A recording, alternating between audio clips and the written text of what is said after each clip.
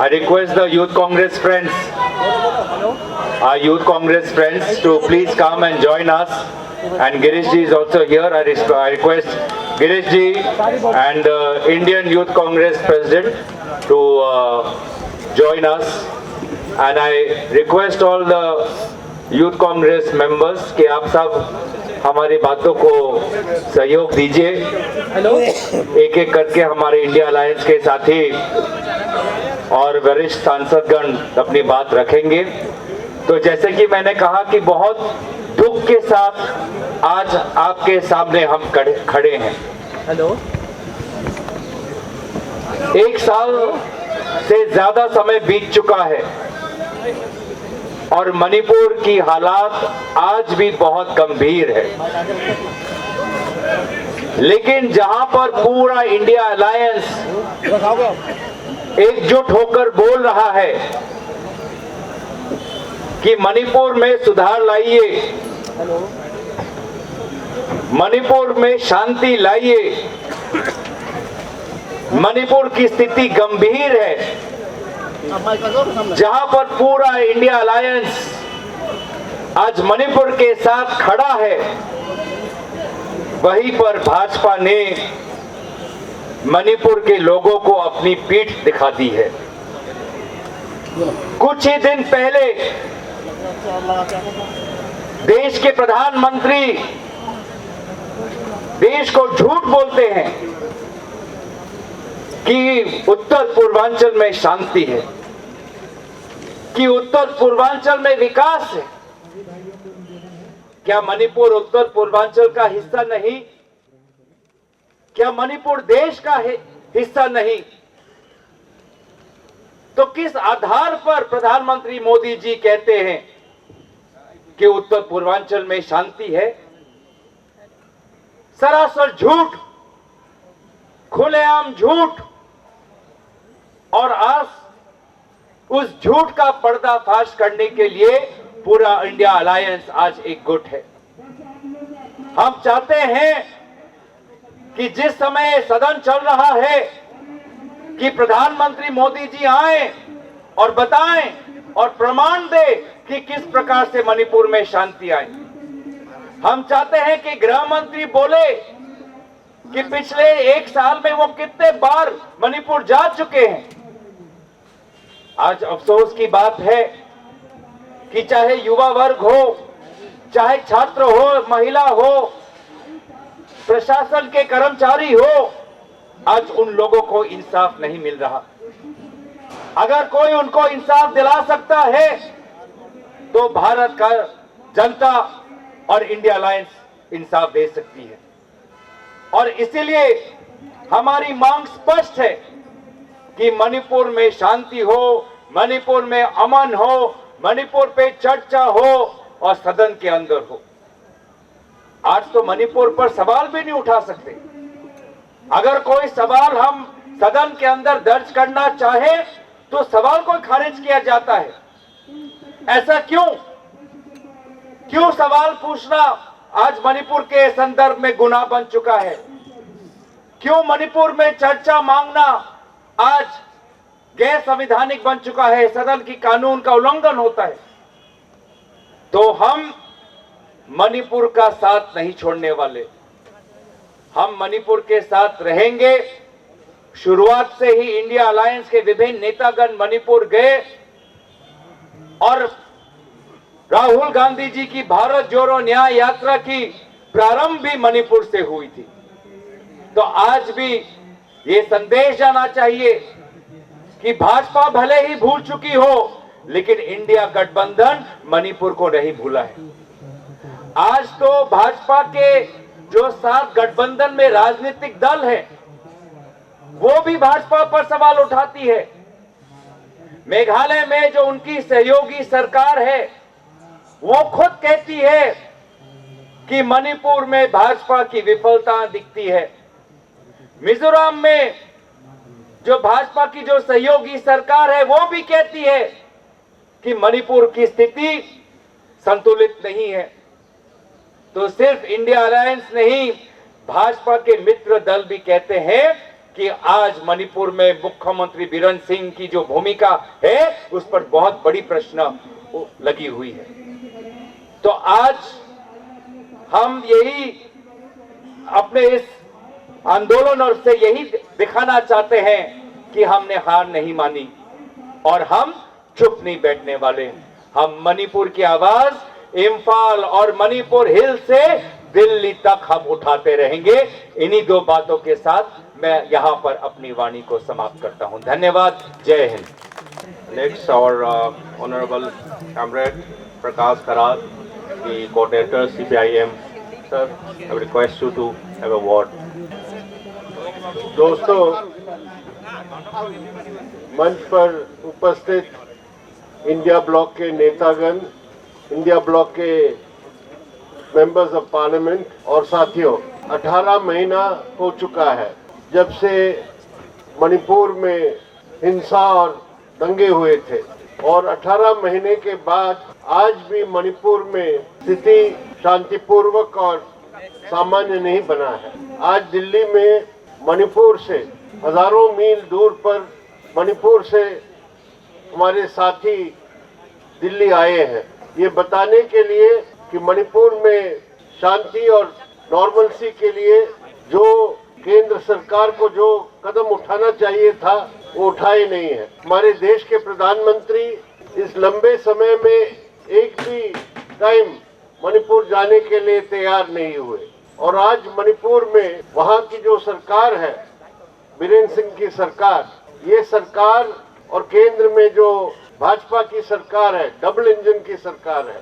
तो मणिपुर में मणिपुर की सरकार, एक इंजन की सरकार पूरी तरह आउट ऑफ कंट्रोल है और केंद्र में जो डबल इंजन की सरकार है वो सरकार पूरी तरह चुप बैठे रहे हैं और इससे अभी मणिपुर की जनता के लिए जितनी परेशानियां आ रही है, अभी भी 60,000 से ज्यादा लोग डिस्प्लेस्ड हैं, अपने घर जा नहीं पा रहे हैं और इस सरकार के पास अभी तक मणिपुर में हस्तक्षेप करके एक राजनीतिक हल निकालने के लिए कोई कदम उठाने के लिए तैयार नहीं रहा है और उसका परिणाम है कि केंद्र सरकार सिर्फ सिक्योरिटी फोर्सेस और arm forces special powers act अफ्पा को इस्तेमाल करके सोचते हैं कि वहाँ की स्थिति को काबू में ले आएंगे। हम इसके पूरी तरह खिलाफ है।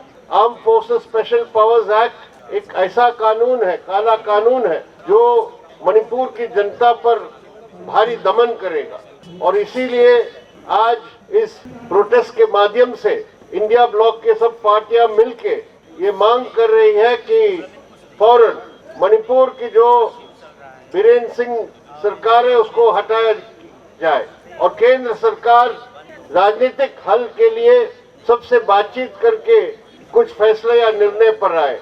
हम चाहते हैं कि मणिपुर की जनता के हर कौम के लिए, सब कम्युनिटीज के लिए अपने जो अधिकार है वो सुरक्षित हो, मणिपुर की जो एकता है वो कायम रहे और नॉर्थ ईस्ट में मणिपुर में इस तरह जैसे स्थिति बनी है उससे पूरे वहाँ के इलाके के लिए खतरा है। तो आज ये शर्म की बात है कि हमारे यहाँ एमपीज बैठे हैं, गौरव जी बैठे हैं, उनको पार्लियामेंट में इस मसले पर बहस करने के लिए आज मौका नहीं दिया जा रहा है, उसकी आवाज दबाया जा रहा है। इसीलिए आज जंतर मंतर में यहाँ बैठ के हमें ये मांग उठाना पड़ रहा है।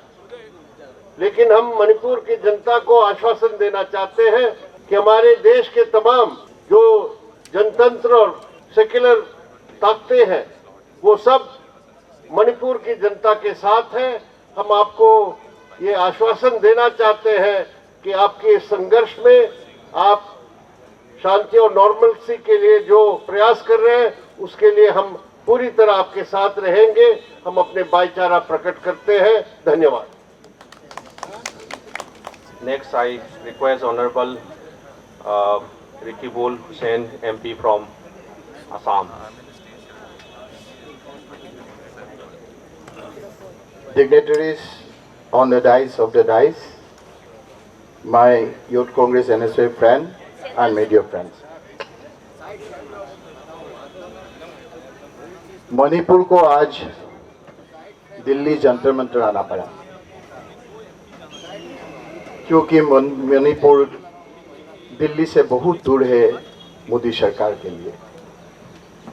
मोदी सरकार की मानचित्र में अभी मणिपुर उत्तर पूर्वांचल नहीं है।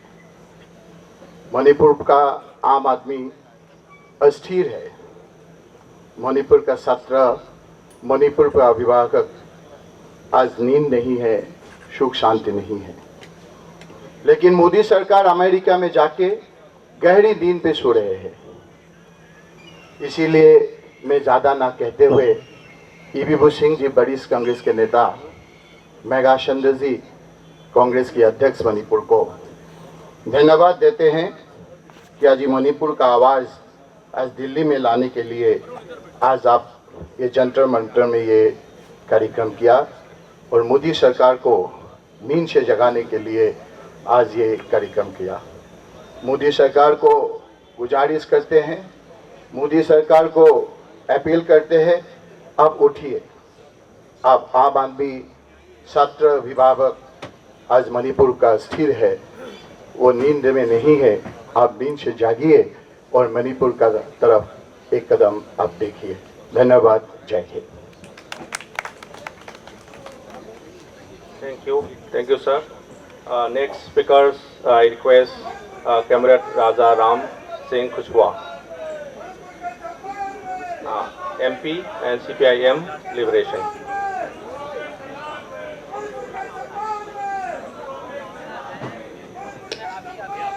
अध्यक्ष जी, मंच पर मौजूद सीपीआई के वरिष्ठ नेता डी राजा जी, सीपीएम के प्रकाश करात जी, बीजू कृष्णन जी, अन्नान मुल्ला साहब, यहाँ पर उपस्थित कांग्रेस के प्रेसिडेंट, यूथ कांग्रेस के तमाम नेतागण, मंच पर मौजूद सारे सांसद और मणिपुर से आए हमारे तमाम भाइयों, सबसे पहले मैं आपका अभिनंदन करता हूं इस संघर्ष के लिए और आपकी मांग दोहराता हूं कि मणिपुर में शांति के लिए केंद्र सरकार पहल करे और वहां पर जल्दी से जल्दी शांति स्थापित करें। मैं बस दो बात कहने के लिए आपके पास आया हूं। पिछले सत्र में डिबेट में प्रधानमंत्री लगभग 2 घंटा बोले थे और पूरे 2 घंटा विपक्ष के इंडिया गठबंधन के सारे सांसदों ने नारेबाजी की। उसके बाद एक डिबेट आया कि आपको जैसे अधिकार था बोलने का, वैसे ही प्रधानमंत्री को भी बोलने का अधिकार था, आप नारेबाजी क्यों कर रहे थे?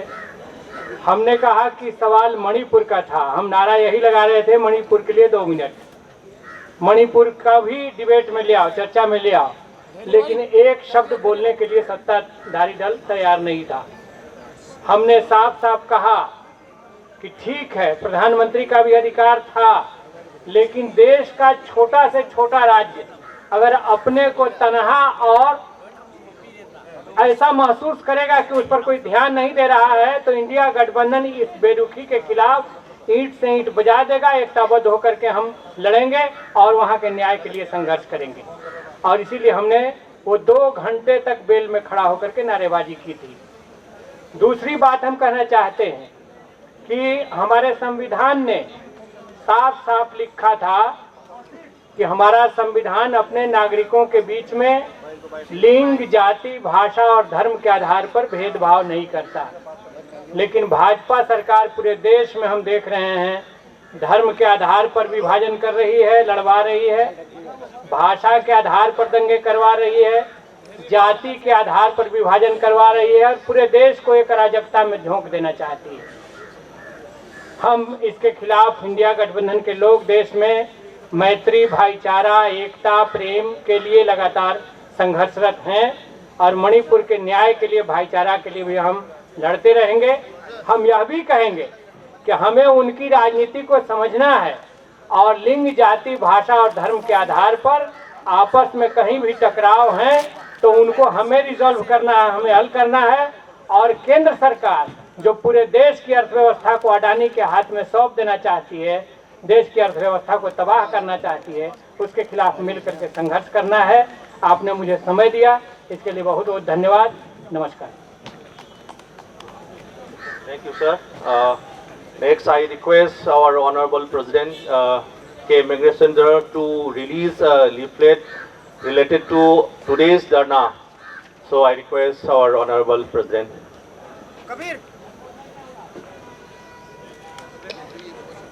Good afternoon, everybody, and all the respected honorable MPs, MLAs, and all these leaders of the India Alliance, and all the state leaders, and all these frontal leaders of the different alliance parties.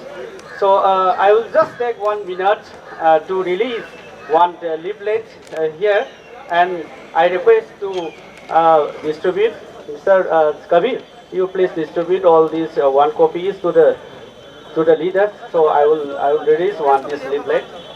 This in fact this leaflet is in connection with the present unprecedented turmoil situation here in Manipur, and under this double engine government, the state is totally destroyed, and we are quite desperate. The youth are quite desperate, and the people were killed now and then, and the present turmoil situation is still continue since 3rd May 2023, and still the position is still continue. That's why we are here to this sit-in demonstration here in this connection with this sit-in demonstration. I am just releasing this leaflet on the present situation of Manipur, and I will declare that I will announce this to release.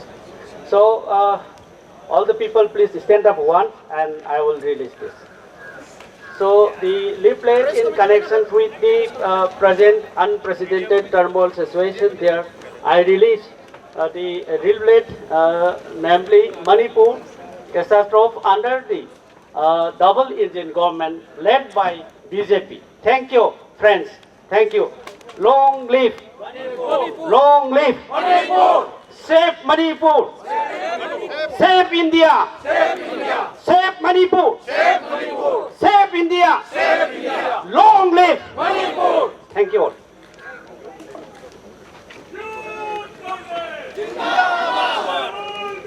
जिंदाबाद।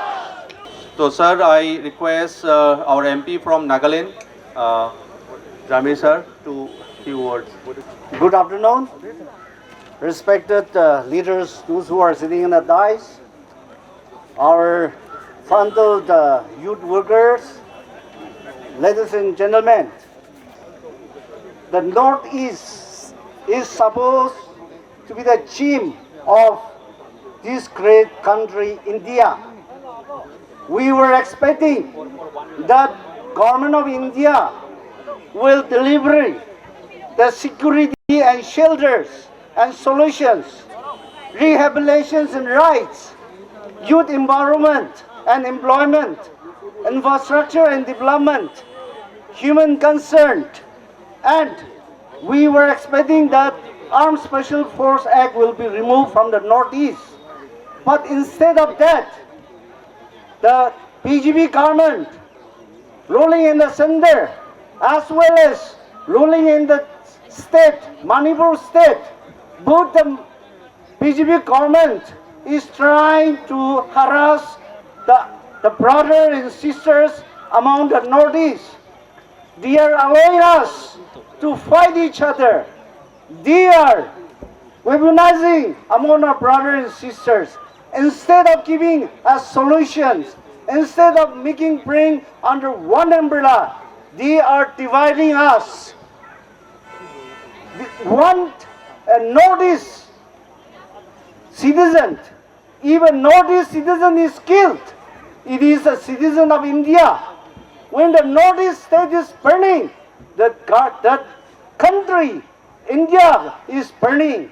So it has to be equally made a treatment. And the BJP government, why they are not respecting the human rights of the Northeast people? We want that the Prime Minister should visit Manipur He should assess the ground works where the people are having the problems. And the same problem, even in the Nagaland, we have 2 agreements, the Naga political solutions. That also, after having agreements for the last 9-10 years, Government of India is not coming forward to give the solutions. The tendency is also the problem is creating in our state. If the Government of India allows all Northeast people in the trouble, thinking that the land of the peace, the champion of the democracy, the country, the Indian country is burning. So we want to appeal all of you to support for bringing the last solution for the Manipur as well as for the Northeast. Thank you. Thank you, sir, for a wonderful word. Next, we have condolence for the people who have lost their life in Manipur. More than 200 people have lost their life and more than 60,000 people have displaced from their home. So I request all the dignitaries to stand up for a minute and all the participants to stand up for a minute to show our solidarity and pray for their life and peace in their lost life, their families.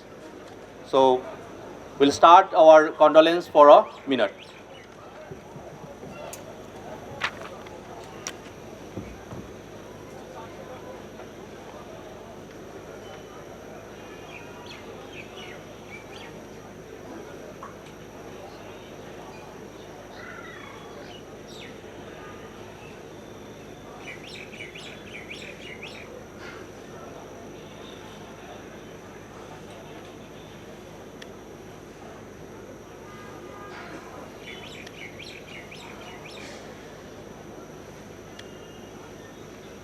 Thank you, sir.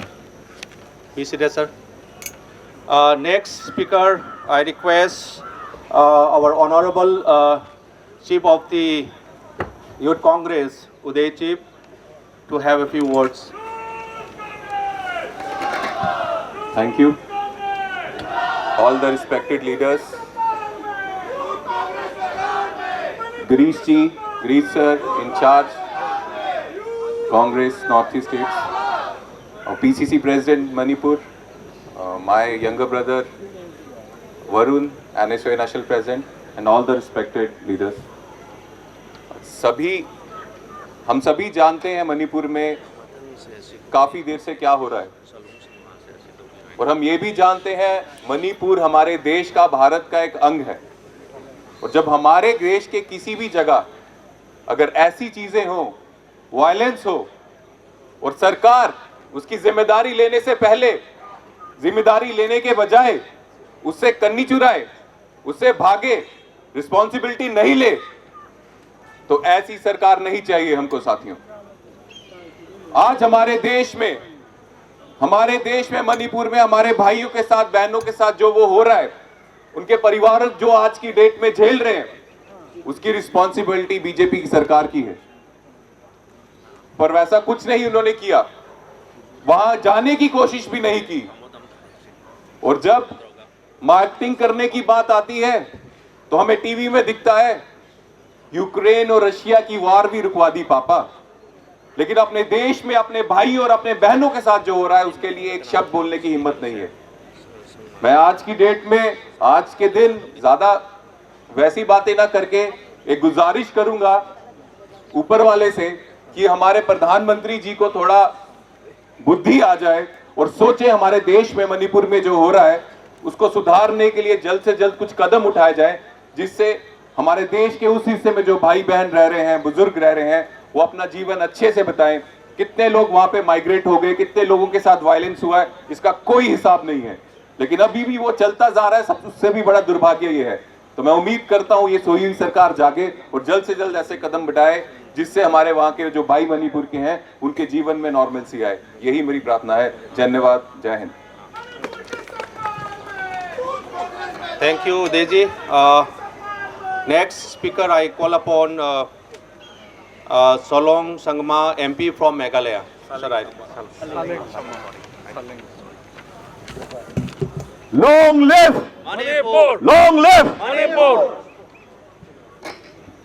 Manipur, Manipur, Manipur. We have been hearing about this, but it seems like this government doesn't care about the lives and the blood of Manipur.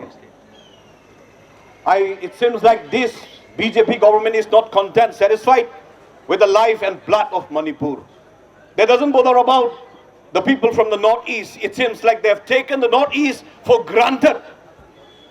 Therefore, I would like to request and ask, who is benefiting from the life and the death of Manipur? Before 2 years, Manipur was peaceful.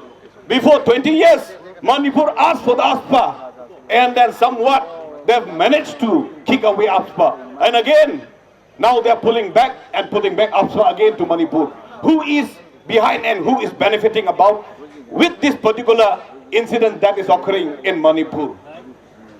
That's why I would like to request our Manipuris, we should not kill each other. We should try to love each other, because somebody is behind this particular conflict, who is benefiting from this particular incidents. Otherwise, Manipur is peaceful. We are Northeasterns are peaceful, loving people. We don't like war. We don't like to continue with the militancy. We don't like to embrace with the bloods and lives of our Northeastern. That's why we, as a Northeastern, we should support each other. We should try to think who is behind these particular incidents and who is behind this particular conflict. Manipur, Kuki, Naga, everybody loves each other, but somebody is benefiting out of this conflict. So we should try to pinpoint who are the main men behind. This BJP doesn't bother about our life. This BJP is taking our life into consideration. That doesn't bother. So I would like to request our Northeastern people, not only Northern people, the people from the Indian Alliance, that we should come up and make them realize the way this BJP government is thinking about our life from the Northeast and the people from our BPL people and the downtrodden people. They don't bother about our life. They only think about the benefit and the benefit only. They don't have a moral code. They understand about the moral rules. They are self-assertive. They are selfish. They are money-minded. They think only about themselves. They are idealistic. So we should think properly. We should not fight amongst each other. Our fighting is benefiting them. Our life, our killing, they will never be satisfied with the blood. That's why I would like to request and urge all the Northeastern, not only the Kuki and Naga, not only the Kuki and Meitei, we should love each other. We should try to compromise some way or the other. Otherwise, we will end up killing each other only. That's why this government doesn't think about us. So we should think properly. I would like to again shout, long live Manipur! Long live Manipur! Long live Manipur! Thank you. Thank you, sir. Next, I request G. Devarajan, General Secretary, All India Forward Bloc.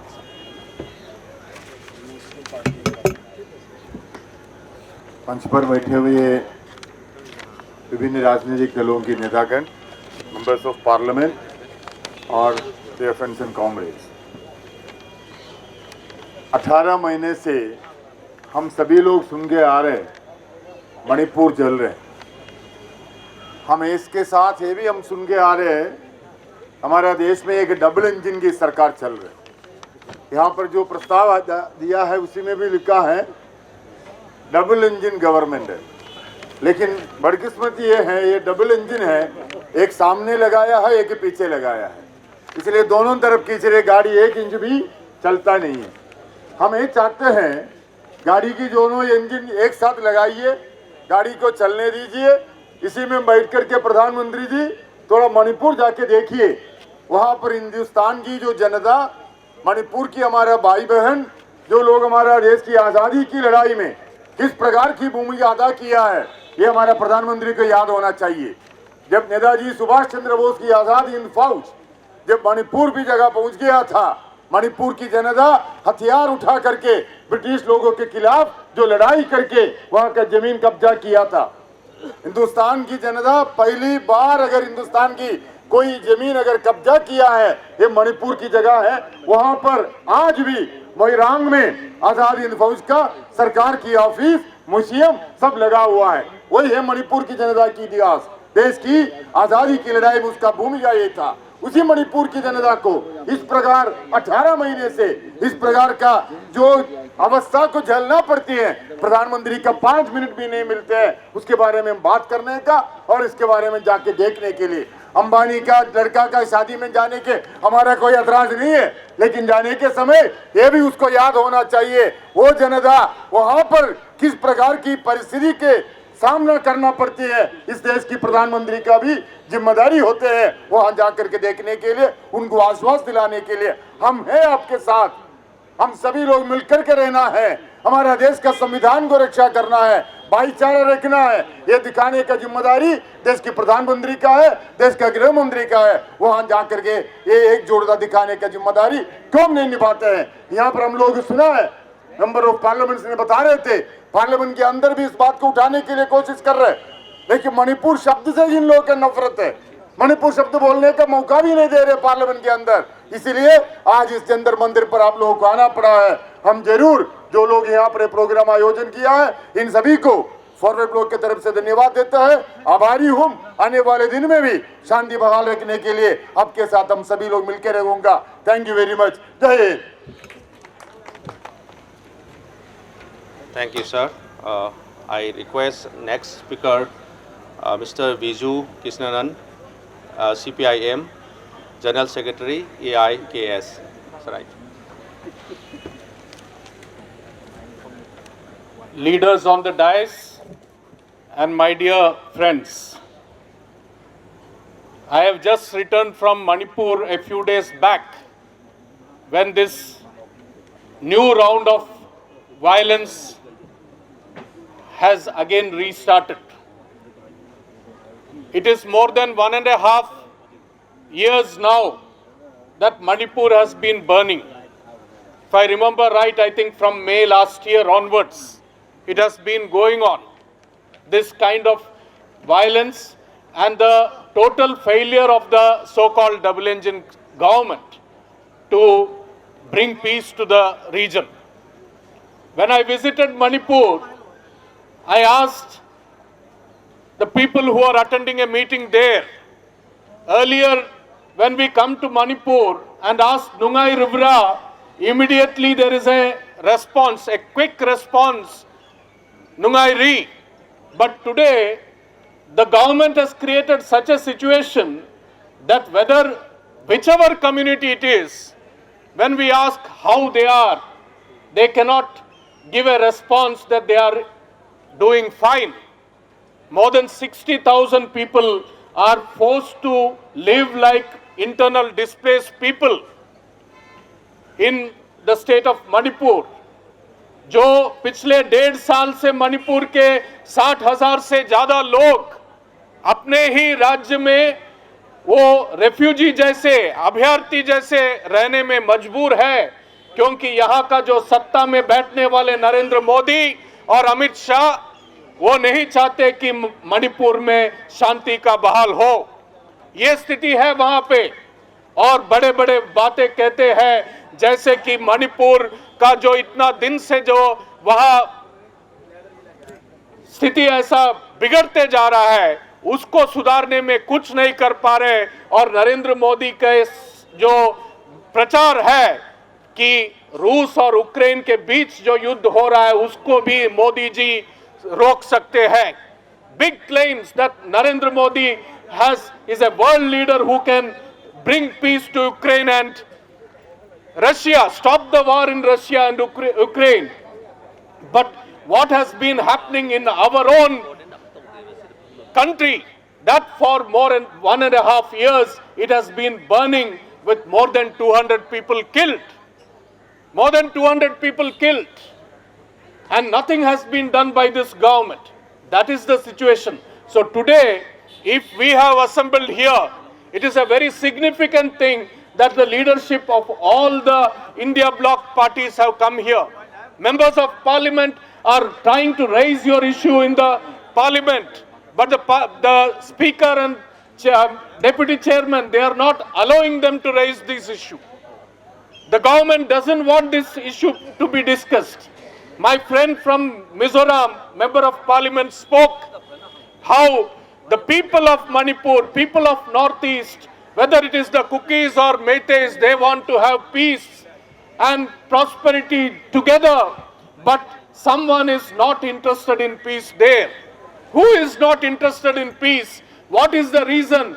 ये क्या कारण है कि देश में जो सत्ता में बैठे हैं इतने लोग के जान गंवाने के बाद भी वहां पे शांति का बहाल करना नहीं चाहते? वहां का किस तरीके से उसका खनिज संपत्ति और वन का जो संपत्ति है इसके लूटने का एक साजिश भी इसके पीछे है, ये भी कहा जाता है. It is a very sensitive area of our country, and in such a important state, the total indifference of this government is something to be condemned. I think this initiative will take forward the steps in the direction of bringing peace and reconciliation in the state of Manipur. It's an important state. We are all concerned about the situation there. The attacks that are going on the women, the children, जिस तरीके से महिला और बच्चों पर हमले हो रहे वहां पे, आप सभी देखें जिस तरीके से हमले हो रहे, और उसके खिलाफ भी एक शब्द बोलने के लिए नरेंद्र मोदी तैयार नहीं है. मैं जब 15 तारीख को पिछले महीने मणिपुर में था, ऐसे खबरें आ रहे कि किसान अपने फसल को काट के फसल को रखा है, उस पर आग लगाया जा रहा है. The crops that have been harvested are being burnt, and your armed forces or whatever peace keeping forces are unable to ensure peace. That is the situation, and we feel that the chief minister is culpable, the home minister and prime minister are culpable of creating such a situation. The chief minister has to go, and that is a unanimous voice of Manipur, not of any political party. It is a collective opinion of the people. When I went there, I heard on the field. I extend solidarity with you. It is a difficult struggle. You have a anti-people, very divisive kind of government at the center. वो देश का जो टुकड़ा करने का, देश में को अलग अलग हिस्सों में बांट के उनका सत्ता में रहने का साजिश चलता है. उनके खिलाफ हम लोग सब एकजुट होने का जरूरत है. ये जो आज का सभा है उस दिशा में एक बहुत ही बढ़िया कदम है. जो इसका ऑर्गेनाइजर्स है उनको बधाई देते हुए मैं अपना बात खत्म करना चाहता हूं. इंकलाब जिंदाबाद.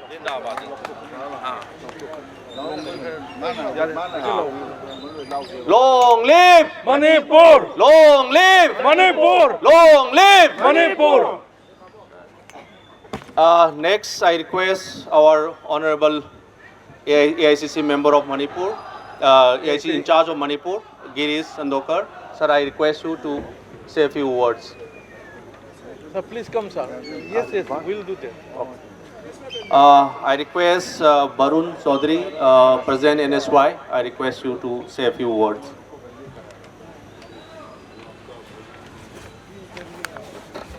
Respected leaders, our AIC in charge Girish Sandokar ji, our Manipur PCC President, and our all India Alliance Bloc leaders, MPs, and all Manipur and North Asian students. अभी मैं बातें सुन रहा था मणिपुर पीसीसी की. उन्होंने बोला कि हम येलो लीफलेट लॉन्च करने जा रहे हैं. अगर आप लोग यहाँ बैठे हुए इस लीफलेट को एक बार रीड करेंगे तो आपकी रूह कांप उठेंगी कि जिस प्रदेश की 32 लाख पॉपुलेशन है उसमें 60-70 हज़ार लोग अभी मिसिंग हैं. और गवर्नमेंट के पास उनका कोई रिकॉर्ड नहीं है. उस 70 हज़ार की नरेंद्र मोदी जी ने, बीजेपी की लीड गवर्नमेंट ने वहाँ पे अपनी मिलिट्री लगाई हुई है. मुझे याद है जब मैं मणिपुर गया था भारत जोड़ो न्याय यात्रा में, उस समय मैं मणिपुर यूनिवर्सिटी में भी गया. तो जब बच्चों से बात हो रही थी तो देखने को मिला अगर किसी भी प्रदेश में, मैं इस देश की नहीं पूरी दुनिया में बात करूंगा, कहीं भी ऐसी घटना किसी कम्युनिटी के बीच, किसी ग्रुप के बीच इस टाइप की वॉयलेंस क्रिएट होता है तो सरकारों का हमेशा काम होता है कि उसमें पीस क्रिएट करें। तो मैंने यूनिवर्सिटी के अंदर पूछा कि क्या किसी एडमिनिस्ट्रेशन ने, या मैंने मणिपुर के कुछ उस टाइम पे डिस्ट्रिक्ट भी ट्रैवल करे थे, कुछ कैंप्स भी देखे थे, कि क्या कुछ पीस को लेकर कुछ कार्यक्रम या सरकार के कोई मिनिस्टर या मोदी जी आए, उनका अभी तक कोई भी इस तरीके का कैंपेन लॉन्च नहीं करा गया। बार बार जब वहाँ मीडिया आती है, इंटरनेशनल मीडिया आती है, तो उनसे छुपाने के लिए प्रदेश के जो मुख्यमंत्री हैं वो उल्टे सीधे बयान दे देते हैं और झूठ बोल देते हैं। और वास्तव में मुझे वो अब ये लीफलेट पढ़ते वक्त वो न्याय यात्रा का दृश्य दोबारा याद आ गया, जिसको देखकर, उन कैंप्स को देखकर लोगों की रूह कांप उठती थी। वो मणिपुर की तस्वीरें, और ये मुद्दा मणिपुर का नहीं है। लोग कहते हैं मणिपुर का मुद्दा है, ये हमारे पूरे देश का मुद्दा है कि इस देश का मणिपुर एक हिस्सा है। और जब मणिपुर में ये पीस हो रहा है तो दोस्तों याद रखना, अभी ये मणिपुर है, हो सकता है कल को इस देश में किसी और राज्य में भी हो रहा हो। अगर आज हमने शांति मणिपुर में बरकरार नहीं रखी, अगर आज हमने ये पीस मणिपुर में बरकरार नहीं रखा, आज हमने कम्युनिटीज को मणिपुर में एक नहीं रखा, तो समझ लेना ये आग आने वाले समय में आपके घरों में, आपके कैंपसेस में, आपकी गलियों में भी हो सकती है। तो लोग कहते हैं मणिपुर का इशू है, मैं कहता हूँ ये मणिपुर का इशू नहीं है, ये हमारे पूरे भारत देश का इशू है। इस देश का मणिपुर हिस्सा है। जब बात आती है किसी बड़े स्पोर्ट्समैन की, और खास तौर पर मैं मणिपुर के लिए इसलिए बोलना चाहूँगा, जो हमारे बॉर्डरिंग स्टेट्स हैं वो हमारे लिए डबल महत्वपूर्ण होते हैं, कि बॉर्डरिंग स्टेट्स पे और भी प्रॉब्लम होती है, इंटरनेशनल बाउंड्रीज हैं, कहीं ना कहीं इंटरनेशनल और कंट्रीज का भी प्रेशर होता है, और हमारे देश के वो रक्षा कवच होते हैं। तो मणिपुर हमारे देश का एक रक्षा कवच है। तो जब उस रक्षा कवच में कुछ कमजोरियां देखने को मिल रही हैं और कुछ वॉयलेंस चल रहा है, तो मोदी जी, कल की मैं उनकी वीडियो दिखाता हूं, कल वो उनके पास समय है जयपुर में इन्वेस्टर समिट लॉन्च करने का, जिसमें अडानी जी उनसे पहले वहां पहुंच जाते हैं एयरपोर्ट पे। आप लोगों ने मेरे मीडियम के माध्यम से तस्वीरें देखी। मोदी जी के पास समय है पार्लियामेंट सेशन के दौरान शाम को सिनेमा देखने का, लेकिन मोदी जी पर समय नहीं है कि मणिपुर में जाकर, आज भी उन रिलीफ कैंप में जाकर उन लोगों को देखने का और मणिपुर में पीस की बात देखने का। और मैं तो खुले मंच पर ये बात बोलना चाहूंगा, अगर नरेंद्र मोदी जी मणिपुर नहीं जा रहे हैं तो कहीं ना कहीं वो भी इस साजिश में या तो शामिल हैं, या वो मणिपुर को इग्नोर कर रहे हैं और वो वॉयलेंस को बढ़ावा दे रहे हैं। अगर कोई भी देश का प्रधानमंत्री, कोई भी मिनिस्टर, कोई भी जीता हुआ प्रतिनिधि उन प्रदेशों में पीस को लेकर अपनी बात नहीं रखना चाहता, उन प्रदेश को विजिट नहीं करता। पहले सुनने को मिलता था, मुझे अभी भी याद है, मैंने 2012 में अपने राजनीतिक सफर शुरू करा था, एक्टिविज्म शुरू करा था, तो किसी प्रदेश में अगर 2 बाढ़ पीड़ित भी लोग मिलते थे तो उस प्रदेश के नेता, देश के मंत्री बाढ़ पीड़ितों से मिलने जाते थे। अगर कोई किसान धरने पे बैठा होता था, वो भट्टा पारसोल से लेकर तमाम इस देश में कोई जय हो, तो कांग्रेस पार्टी के और तमाम वो नेता, उस समय के नेता किसान आंदोलनों में हिस्सा लेने जाते थे, किसानों की बात सुनने को मिलती थी। लेकिन मैं मणिपुर पीस से पूछना चाहता हूं, सर कितना समय हो गया मणिपुर के अंदर वॉयलेंस होते हुए? अभी तक बीजेपी और देश के प्रधानमंत्री जी, होम मिनिस्टर जी का इतनी फुर्सत नहीं मिली कि मणिपुर को लेकर मणिपुर को जाकर विजिट करें। तो ये बहुत एक गंभीर इशू है और ये पूरे देश का इशू है, खाली मणिपुर का इशू नहीं है। हमारे देश का एक रक्षा कवच की तरह मणिपुर हमारे देश का एक हिस्सा है। तो मैं यही बोलना चाहूंगा कि मोदी जी, आपकी आंख खुलनी चाहिए। नहीं खुलेगी तो अभी मैं बता भी रहा था कि अब हम देश के जो यूनिवर्सिटीज हैं उनमें भी जाकर मणिपुर को लेकर और बात करना शुरू करेंगे कि मणिपुर का इशू नहीं, पूरे देश का इशू है। उन्हें मणिपुर में पीस होना चाहिए। वो खास तौर पर जब 1 साल, 2 साल, 5 साल के बच्चे, और सोचिए बात करते हैं ये आईटी की, ऑनलाइन शिक्षा की, आप लोगों ने देखा होगा, जिस प्रदेश में आज भी कर्फ्यू लगा हुआ है, जिस प्रदेश में आज भी इंटरनेट बंद है, जिस प्रदेश में आज भी कुछ, मैं मानता हूं कुछ ऐसे एरिया होंगे जहाँ के स्कूल तक बंद कर रखे होंगे। सोचिए वहाँ के छात्रों का, नौजवानों का, जो पूरा दुनिया में सबसे युवा देश भारत देश है, वहाँ के छात्रों का, नौजवानों का क्या भविष्य होगा। एक डर का माहौल आज भी उस प्रदेश के अंदर है। और वास्तव में अगर प्रधानमंत्री जी इस डर को निकालना चाहते हैं और पीस चाहते हैं तो सबसे पहले संसद सत्र खत्म होकर मणिपुर में विजिट करें और खास तौर पर मणिपुर वासियों से माफी भी मांगे कि इतना समय क्यों लग गया उनको मणिपुर के अंदर आने में। तो मैं और बातें नहीं बोलना चाहूंगा, लेकिन कहीं ना कहीं ये एक बड़ा दुख का पल भी लगता है कि जब हम यहाँ जंतर मंतर पे भी बैठे हैं और 60-70 हज़ार लोगों की बात करते हैं और हम सब लोगों ने, यहाँ जितने लोग बैठे हैं, वो वीडियो, वो फुटेजेस देखी जरूर है कि जिसमें आप उस दर्द को महसूस कर सकते हैं कि जब किसी के घर में आग लगती है, जब किसी का 2 साल 5 साल के बच्चे की मृत्यु होती है, वो दर्द बहुत भयानक होता है। और कहीं ना कहीं मुझे बहुत खुशी भी, ये थोड़ी बहुत खुशी भी महसूस हो रही है कि इंडिया ब्लॉक के सब लीडर्स ने, कांग्रेस पार्टी ने, हम दोनों मिलकर इनिशिएट लिया कि बार बार हम मणिपुर की बात करेंगे, कितना वो गुमराह करने की कोशिश करेंगे, लेकिन हम मणिपुर की बात करते रहेंगे। बहुत बहुत धन्यवाद। Thank you, Barunji, for wonderful word, and we really proud that at least our central leaders from the youth to MPs stand for us, for Manipur. Next, I request our AICC in charge of Manipur, Honorable Jantar. I request you to say a few words, sir.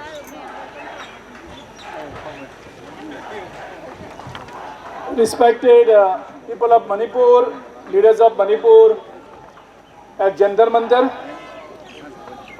First of all, let me thank and congratulate our PCC President and our CLP leader for leading a protest of India Bloc from Manipur, since they have been inviting the Prime Minister to visit Manipur since last 1.5 years, and our Prime Minister preferred to visit worldwide, and he forgets that the Manipur is the part of India.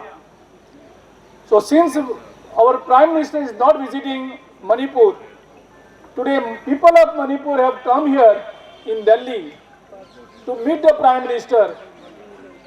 They have approached him for the appointment, and Prime Minister not even ready to meet the people of Manipur who are here with the grievance, with a request for the Prime Minister to resolve the long pending issues of Manipur, that is to bring the peace in the state. All of them are protesting. Many MPs have come here, many national leaders have come here. They have only one plea. They want the peace and harmony in the state of Manipur. Nothing more than that. But the Prime Minister, I don't know for what reason, he has been avoiding Manipur. Till that it was also fine. Today we have two chief minister in Manipur. One chief minister whose name is called Biren Singh, and there is another chief minister sent by the Narendra Modi and Amit Shah team to rule the state, and his name is Kuldeep Singh, a retired officer in the name of security advisor. Today all the powers of the chief minister, the entire state powers have been taken by one retired officer, and this is a bitter shame, is a crime again on the democracy of India, that Manipur today is ruled by two chief ministers. Now sitting chief minister Biren Singh has no powers. All powers have been taken away from him. If he was just little pride with the protest, he should have resigned. This is not correct. Now today we have another DJP. The DJP also they have dominated from Delhi. Now this cannot be acceptable in a democratic, we call it a union of states.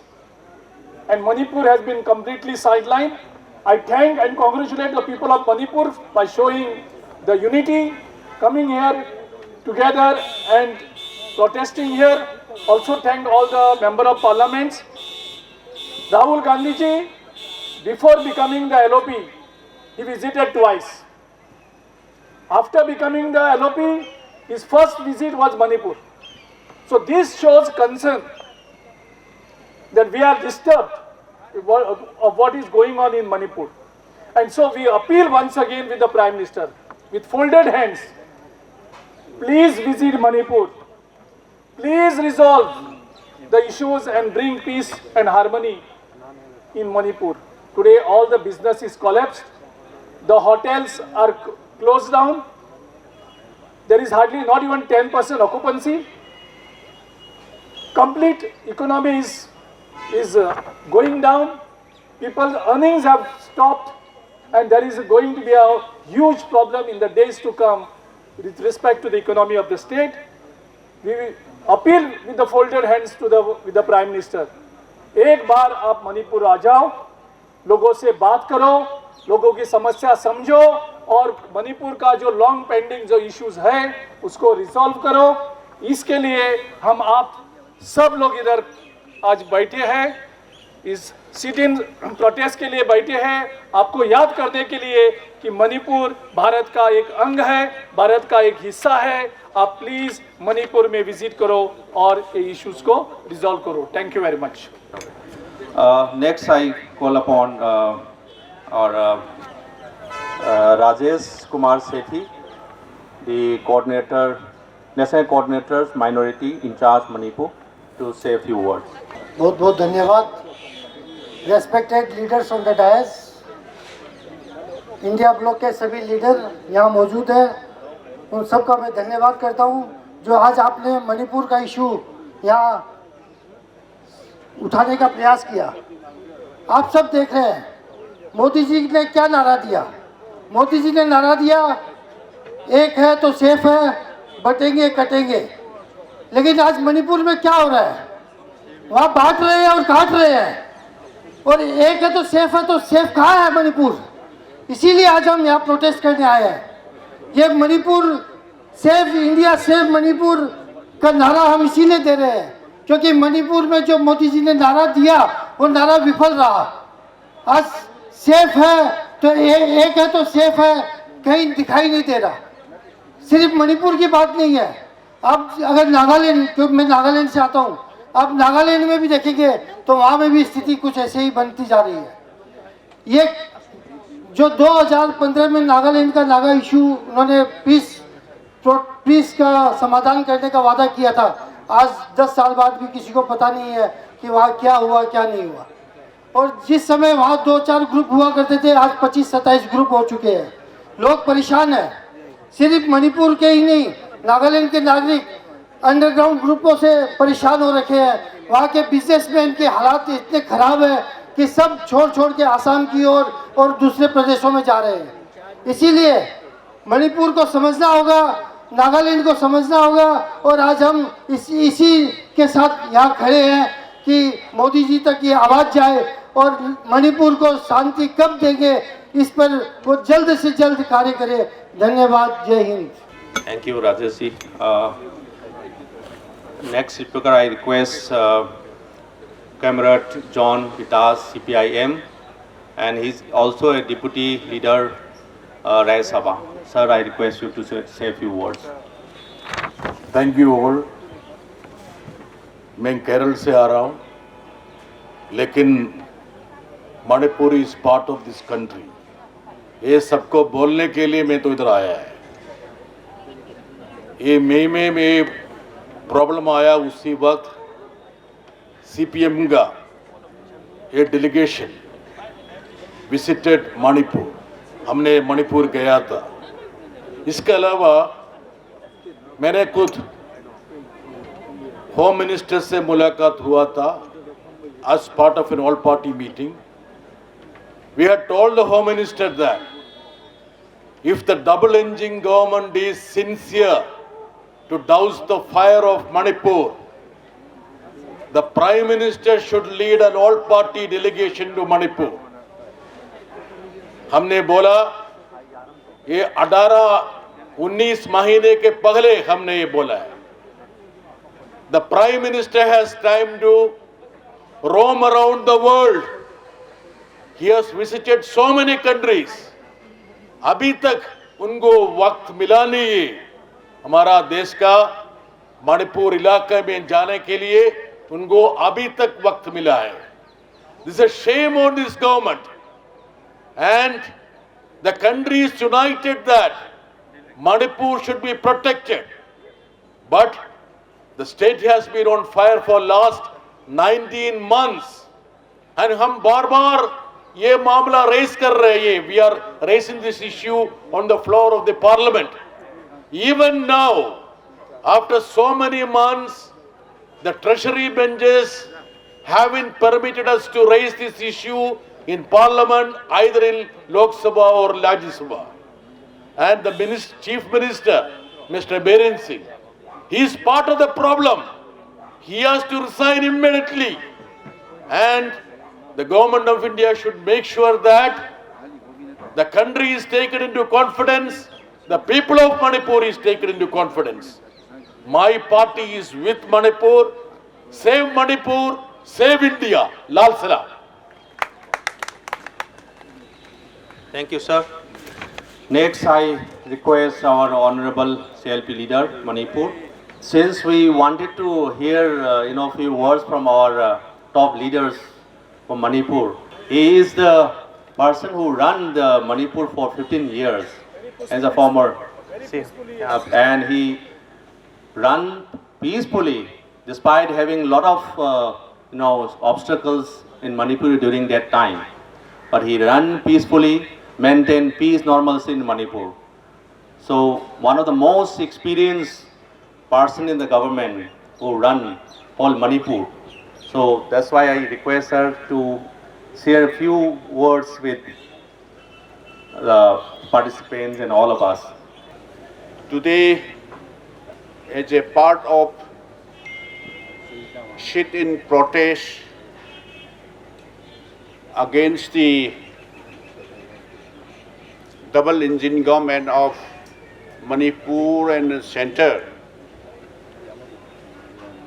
the entire people of this nation knows that what is happening there in Manipur during the last 19 months, approaching 19 months.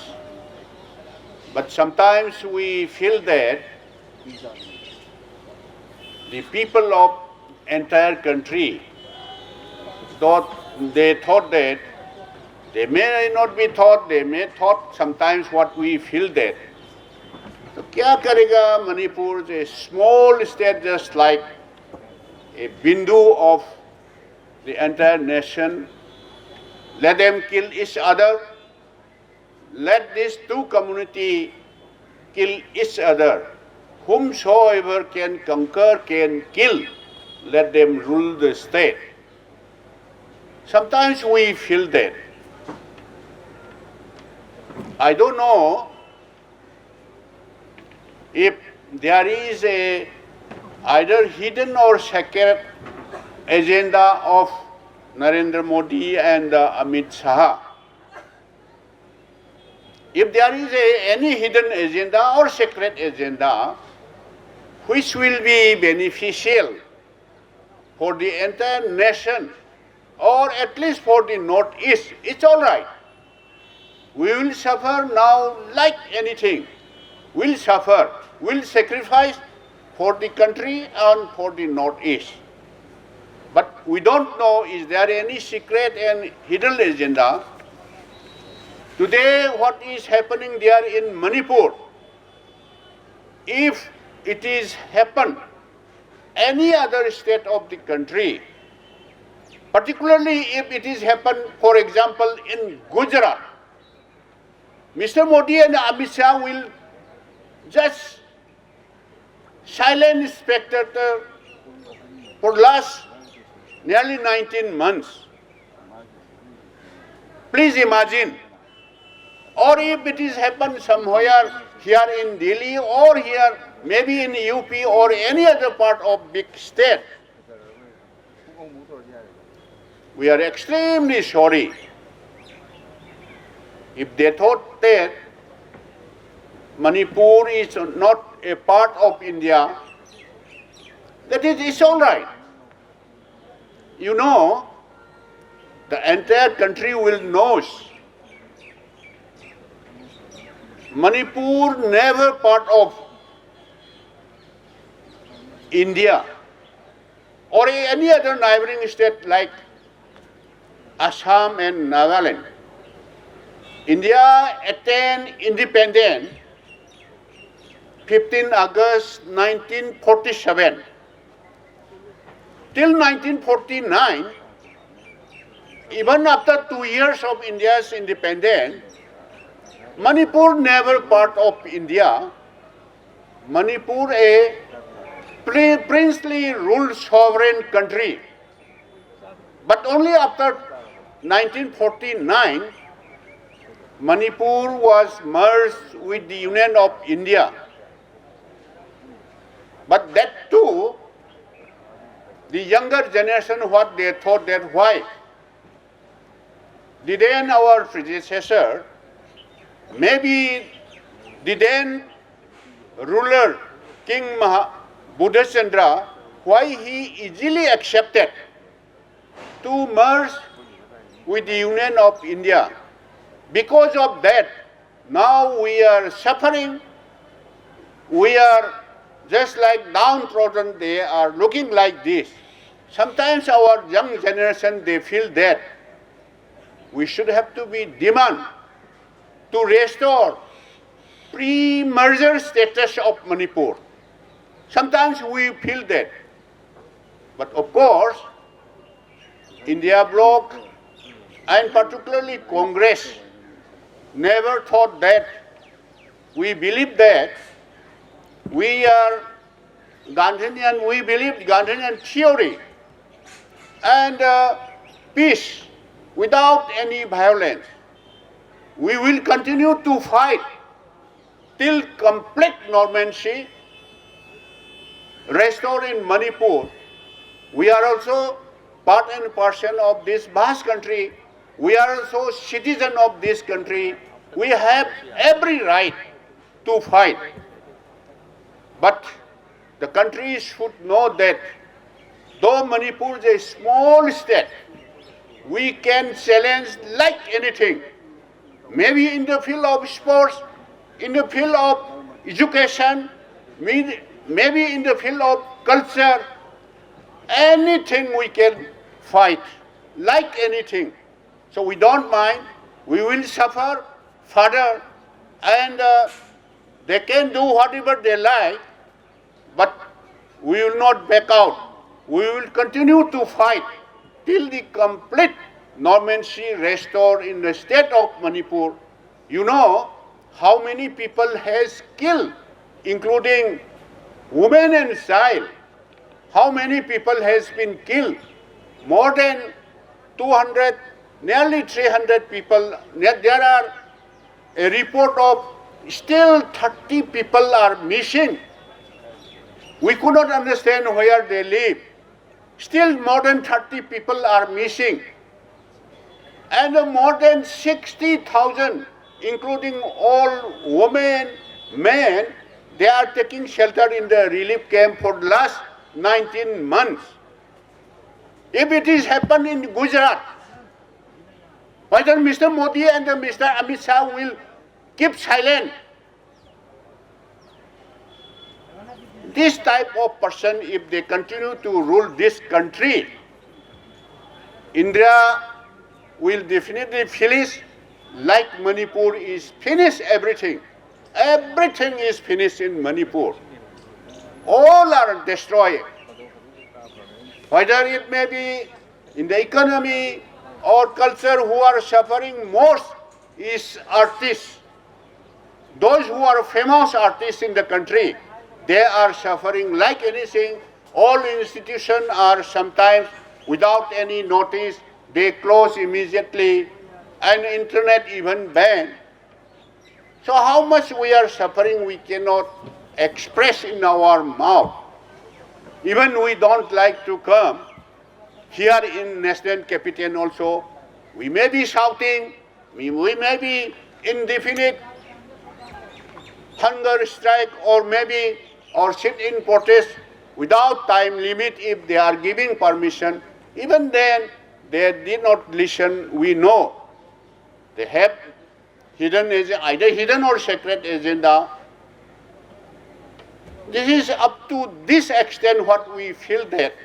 So, from today's our sit in protest, at least those who are those people, not like BJP and the government, those other people of this country, they will feel that this Manipur also is a part of India. the citizen of this Manipur, is also the citizen of this country, and we will definitely find some solution.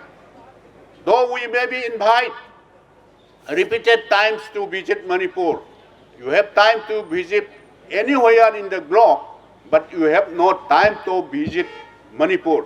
Even in our neighboring state, Assam, Prime Minister Modi visit there, even stay night. He is riding the elephant in the Kaziranga, but he has no time to spend for 20-30 minutes for visiting to Manipur. I don't know what is his mind. Therefore, today is our sit-in protest at this Jantar Mantra. At least we will ventilate something to the genuine people, genuine citizens of this country, and we will hope and we will continue to fight till the complete normalcy is restored in Manipur. Thank you. Next, our speakers, I request Arif Siddiqui. मैं अपनी बात रखना चाहूँगा। हमारे देश के प्रधानमंत्री जो दूसरे देशों में हो रहे युद्धों का बंद कराने का क्रेडिट लेते हैं, बात बात पे मन की बात करने वाले हमारे देश के प्रधानमंत्री मणिपुर पे मौन रहते हैं। पिछले कई सालों से मणिपुर जल रहा है। हमारे देश के प्रधानमंत्री को इतना समय नहीं कि वहां जाएं और वहां शांति बहाल कराने का कार्य करें। साथियों, मैं दो लाइनों के माध्यम से जो डबल इंजन की सरकार मणिपुर में है, उसका जो रवैया मणिपुर के प्रति है, वो रखना चाहूंगा कि अगर साथियों, मैं दो लाइनें जो है मेरी, मैं ये कहना चाहूँगा कि मणिपुर में शांति खत्म होती है तो होने दो, कोई चाय वाले की चाय थोड़ी है। मणिपुर में शांति खत्म होती है तो होने दो, कोई चाय वाले की चाय थोड़ी है। रो लेंगे मणिपुर के हालातों पर भी, रो लेंगे मणिपुर के हालातों पर भी, अभी मणिपुर में कोई चुनाव थोड़ी है। मैं एसएफआई की तरफ से, बस समस्त छात्र समुदाय की तरफ से मणिपुर के साथ एकजुटता प्रकट करता हूं और मणिपुर के साथ हम एकजुट खड़े हुए हैं। बहुत बहुत धन्यवाद। Thank you, Arif. Next, I request Rezwan Raja, National Coordinator, All India Kisan Congress, in charge Manipur. बहुत बहुत शुक्रिया। मंच पे बैठे सभी लोग जो यहाँ बैठे हैं, उनका दिल्ली में बहुत बहुत स्वागत है। हम लोग मणिपुर की बात सोच के ये सोचते हैं वहाँ कुछ आपस में झगड़ा हो रहा होगा, मगर चुनाव के बीच में मैं वहाँ मणिपुर गया, काफ़ी रिलीफ कैंप में गया। उनकी जब अगर हालत आप देखें तो आपको अफसोस होगा कि हम लोग यहाँ मैदानी इलाकों में बैठ के हम लोग क्या देख रहे हैं और मणिपुर के हालात क्या हैं। गिरीश जी इंचार्ज हैं, हमारे पीसीसी प्रेसिडेंट, इन्हीं ने जहाँ हमें वहाँ टिकाया है चुनाव के टाइम में, कहने लगे होटल में मत रुकिए, हमारे पीसीसी का जो ऑफिस है उसमें हम वहाँ टिके थे। यहाँ पे किसान कांग्रेस के अध्यक्ष भी आए हुए हैं, किसान कांग्रेस के national coordinator incharge Manipur Meghalaya. तो मैं आप लोगों से यही गुजारिश करूँगा कि मणिपुर के बारे में जितनी आवाज़ उठ सके और वहाँ के लोगों को बहुत जल्दी शांति मिले। बहुत बहुत धन्यवाद। Next, I request RS Dagar, RSP, Central Committee leaders, to say a few words. धन्यवाद। आज की इस सभा के अध्यक्ष मंडल और तमाम यहाँ उपस्थित नेतागण, साथियों, जैसा कि आज मुझसे पूर्व वक्ताओं ने अपनी बात रखी है मणिपुर को लेकर, लेकिन मणिपुर में आज 19 महीने से जिस तरीके का वायलेंस जारी है, हिंसा जारी है, और इन 19 महीनों के अंदर जो इन्होंने भोगा है मणिपुर के अंदर, आज इस हिंसा के दौरान में जिस तरीके से वहाँ महंगाई बढ़ रही है, जिस तरीके से वहाँ शिक्षा का दमन हुआ है, जिस तरीके से वहाँ चिकित्सा लोगों को नहीं मिल रही है, वहाँ की इकोनॉमी एक तरीके से बैठ गई है, और हमारे वर्तमान जो प्रधानमंत्री हैं मोदी जी, उनके कान पर जू नहीं रह रही।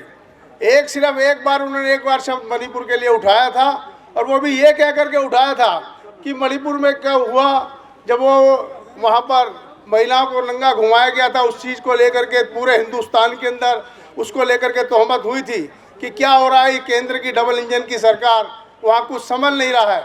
अगर यही हालत किसी और स्टेट के अंदर हुई होती, अभी मुझसे हमारे पूर्व मुख्यमंत्री जी ने जो मणिपुर के बोले कि भाई अगर ये किसी और स्टेट में हुआ होता तो क्या होता, अगर मान लीजिए किसी अपोजिशन के स्टेट में अगर हुआ होता तो अब तक वो सरकार बर्खास्त हो गई होती। आज 19 महीने से वहाँ पर सारे इलेक्शन हैं सरकार को बर्खास्त करने के, लेकिन मौजूदा सरकार, केंद्र की सरकार, अपना अमित शाह और मोदी जी उस सरकार को बर्खास्त करना नहीं चाहते। जैसे कि भाजपा के अंदर एक सवाल उठता है कि मोदी नहीं तो कौन, ऐसे ही मैं समझ रहा हूँ मणिपुर में सवाल उठ रहा है बीजेपी के अंदर कि वीरेन नहीं तो कौन। उनको कोई लीडर ही नहीं है उनके पास जो इस मणिपुर को संभाल सके, मणिपुर के अंदर शांति बहाल कर सके। एक तरह की साजिश चली जा रही है, और ये साजिश खाली मणिपुर में नहीं हो रही। अगर आप नज़र दौड़ाएंगे पूरे हिंदुस्तान के अंदर जगह जगह ये लोग वायलेंस करा रहे हैं। आज ताज़ा हालात के अंदर आप देखिए किस तरीके से मस्जिदों के नीचे खुदाई करवा करके मंदिर निकालने की बात हो रही है, सर्वे कराया जा रहा है।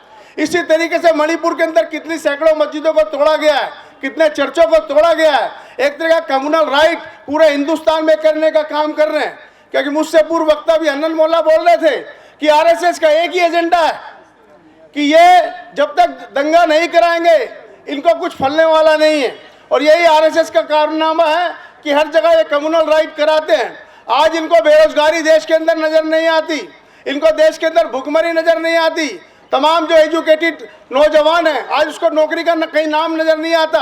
तमाम पब्लिक सेक्टर को इन्होंने बेच दिया, आज लोगों के लिए नौकरी नहीं है। आज तमाम जो सरकारी स्कूल थे उनको कमर्शलाइज कर दिया। आज यूपी के अंदर 1100 से ऊपर स्कूल उन्होंने बंद कर दिए। आज हरियाणा के अंदर 1100 से ऊपर स्कूल उन्होंने बंद कर दिए। ठीक पूरे देश के अंदर ये स्थिति करते जा रहे हैं और दंगा हर जगह लगा रहे हैं। और जब तक इनके पास हर जगह ईडी है, सीबीआई है, ये अपनी सरकार बनाने में कामयाब हो जाते हैं।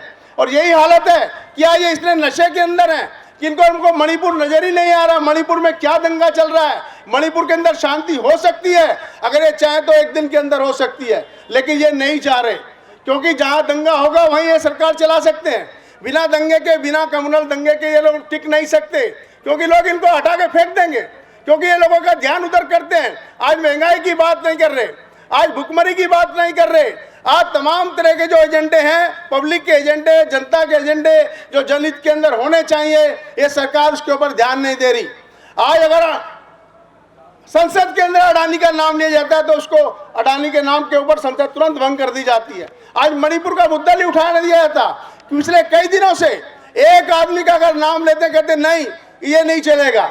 अगर कोई और मुद्दा उठाया जाता है तो जो हमारे धनखड़ जी हमारे सभापति राज्यसभा के हर चीज में ऑथेंटिसिटी मांगते हैं, ऑथेंटिसिटी मांगते हैं। और तमाम तरह की आज मणिपुर चल रहा है, उनको ऑथेंटिसिटी नहीं नजर आ रही है, उसके ऊपर कोई बात नहीं हो रही है।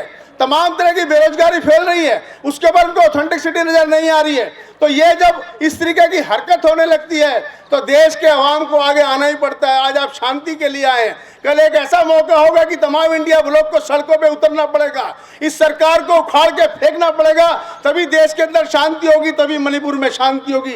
ये संकल्प भी आपको करना होगा। आज आप यहाँ आवाज उठा रहे हैं कि मणिपुर में शांति हो, इसे तो देखिए कि साथ साथ देश के अंदर भी शांति फैलाने का काम कर रही है ये सरकार। तो आज यह इंडिया ब्लॉक ने जो अपनी बात को यहाँ रखा है, मैं रिवोल्यूशनरी सोशलिस्ट पार्टी की अपने सॉलिडरिटी व्यक्त करता हूँ मणिपुर के साथ और अपने बात ही यही समाप्त करता हूँ, क्योंकि फ्यू वर्ड्स बोल लेते हैं। इनकलाब जिंदाबाद।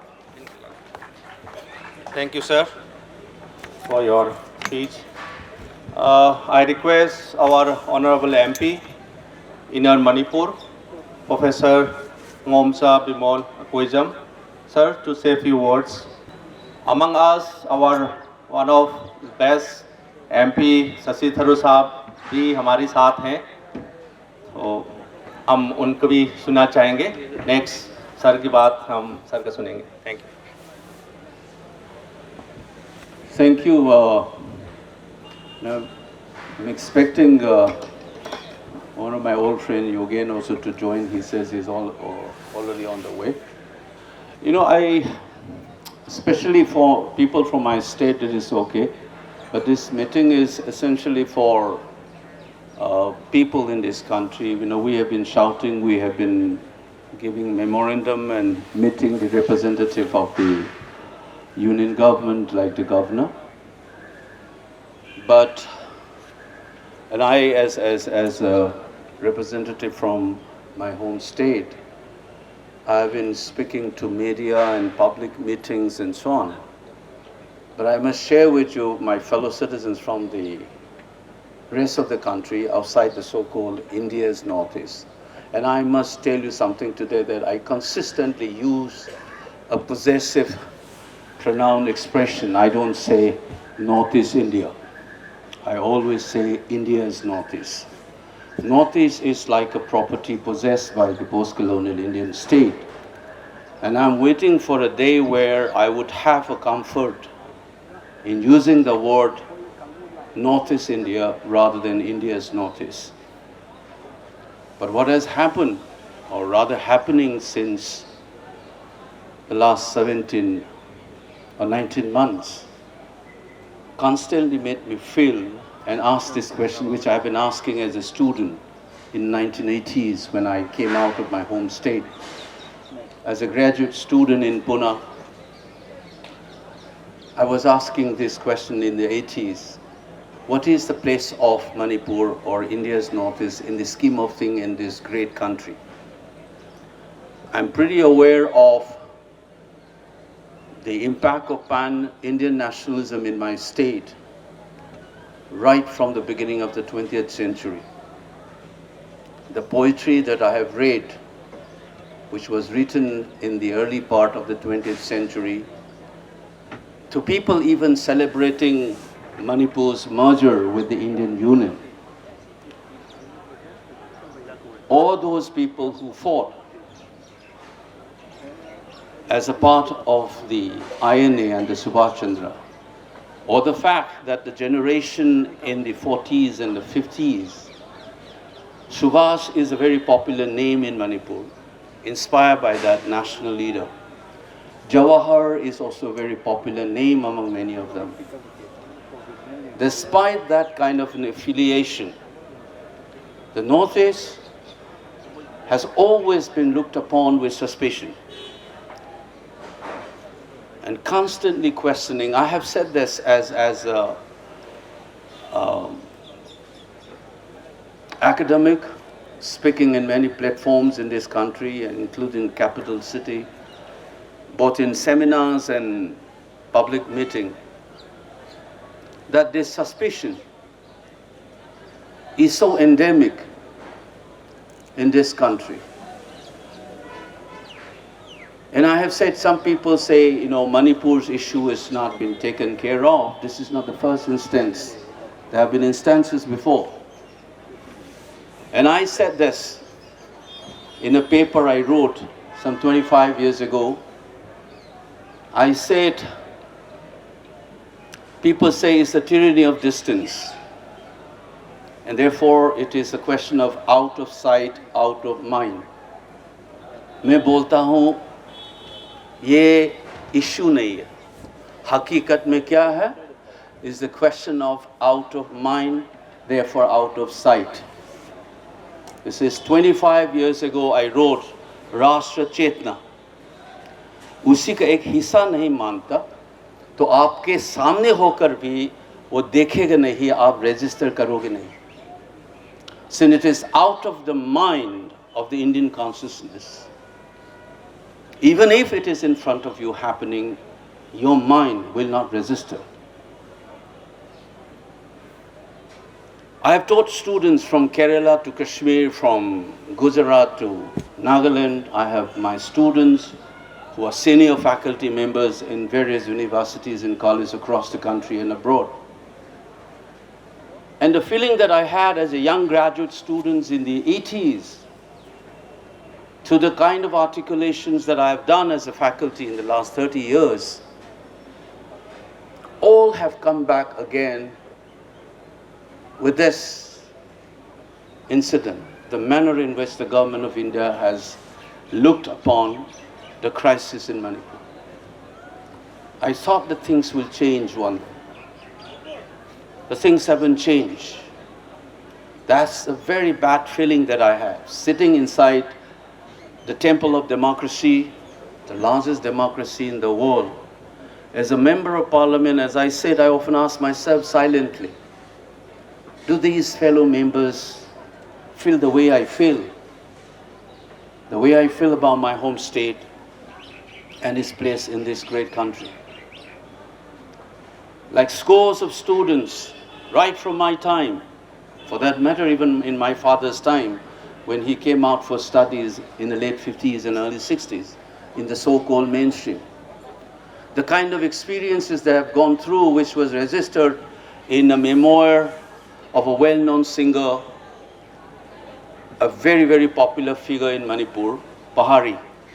Nongaitem Pahari, who is also called the Melody King of Manipur, who happened to be again the founding member of the first liberation organization in 1964 because of what he had gone through outside Manipur.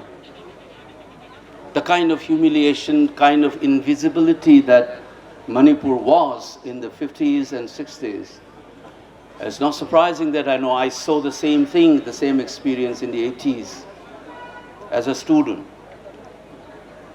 I've told many of my students these stories. And now that I am also a member of this parliament, and the manner in which the issue of Manipur has been looked upon often made me feel that this country hasn't changed much. So I will continue to use this expression called India's Northeast rather than Northeast India. This government, which is supposed to be driven by a nationalism, it is the kind of nationalism that I was trying to remind them in my maiden speech in Parliament.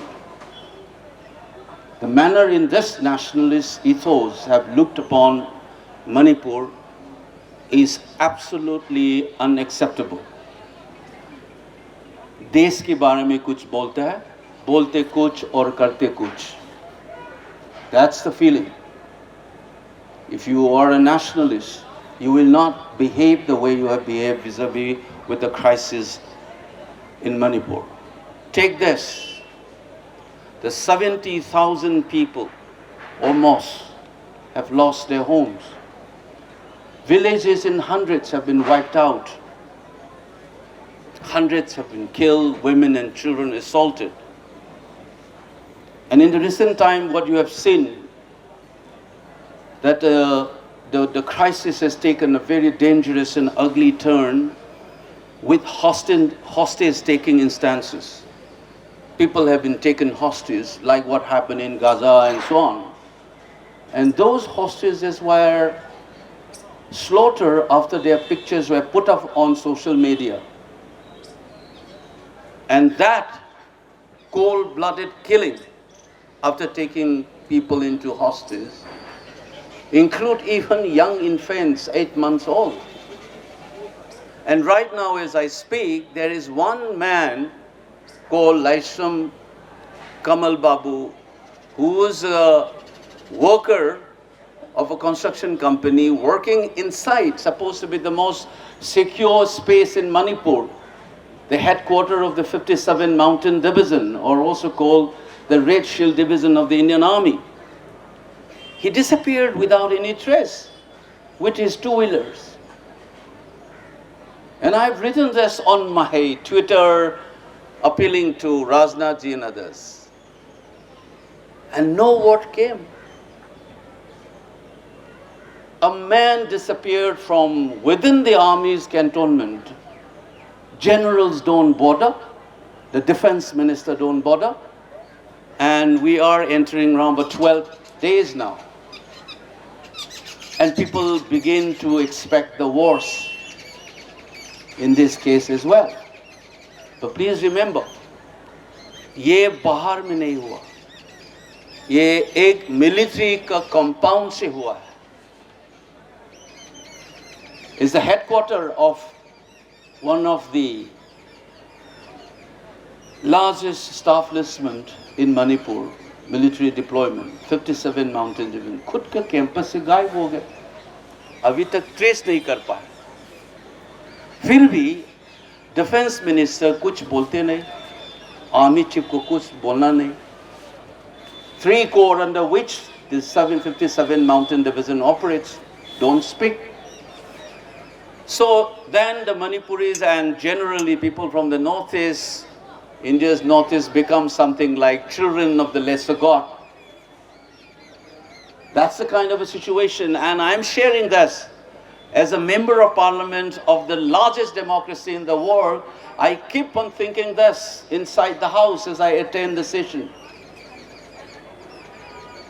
What should I do?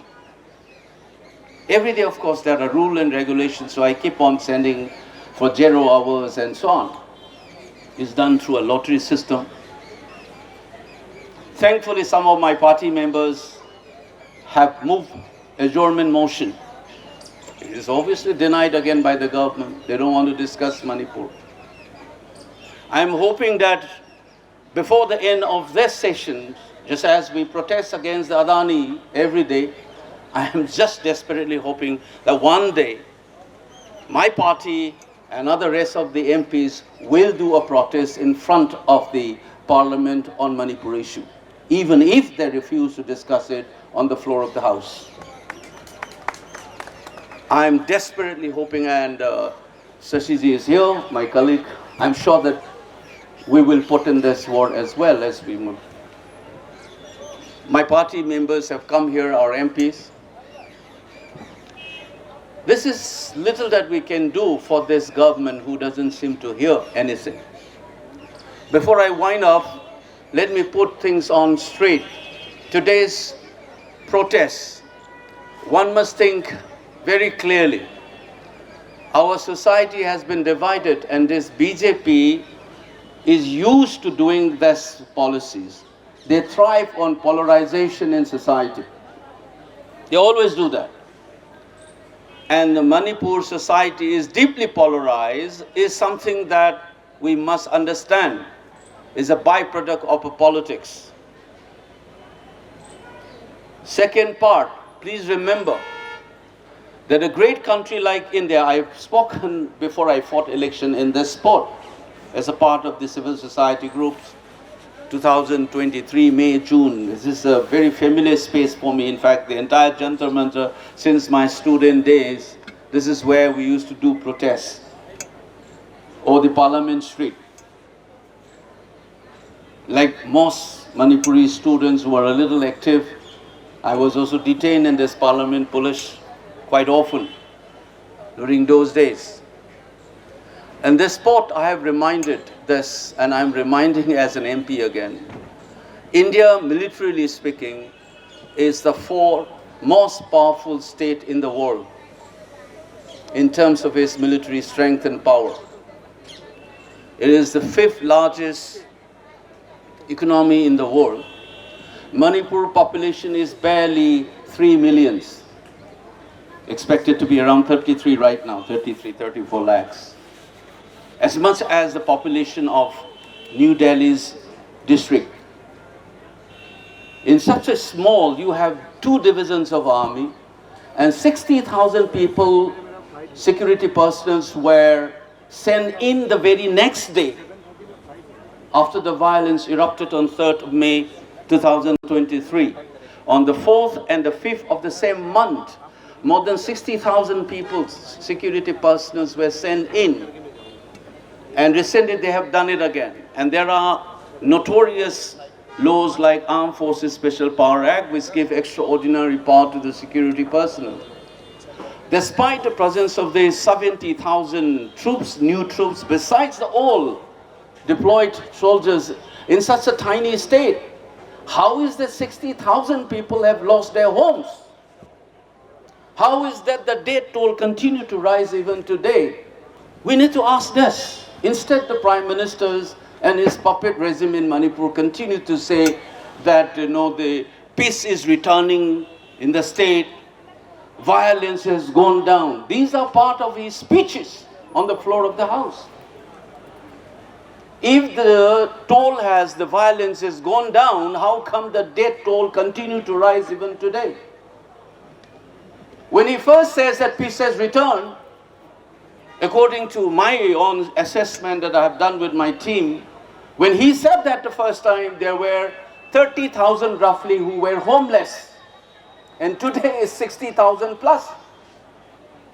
And death toll was below 100, now it becomes 258. This doesn't count, it doesn't include those persons who are missing. Missing person में security का garrison से भी है. That's what I said. So who's going to be secure if you are not secure even within the campus of the largest military headquarters in Manipur? How safe are we?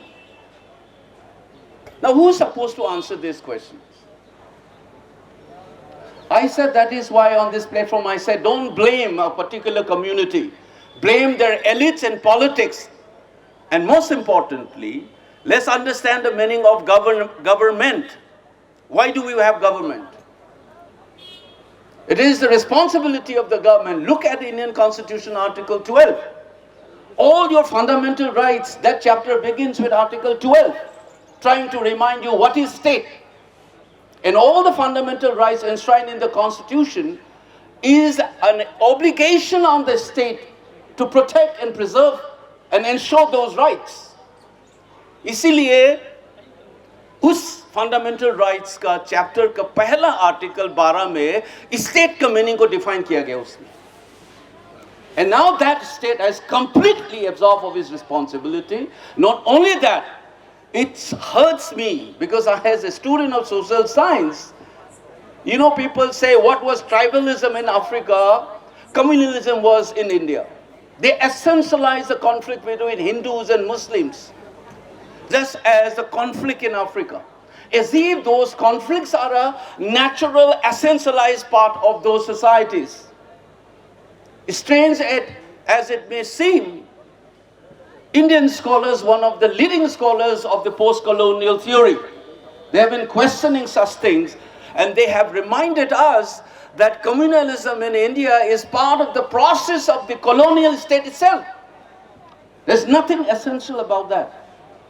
और फिर बोलता है हमारा prime minister as if this Kuki-Meitei conflict is a natural, essentialized part of that society. The fact is, it is a product of Indian state.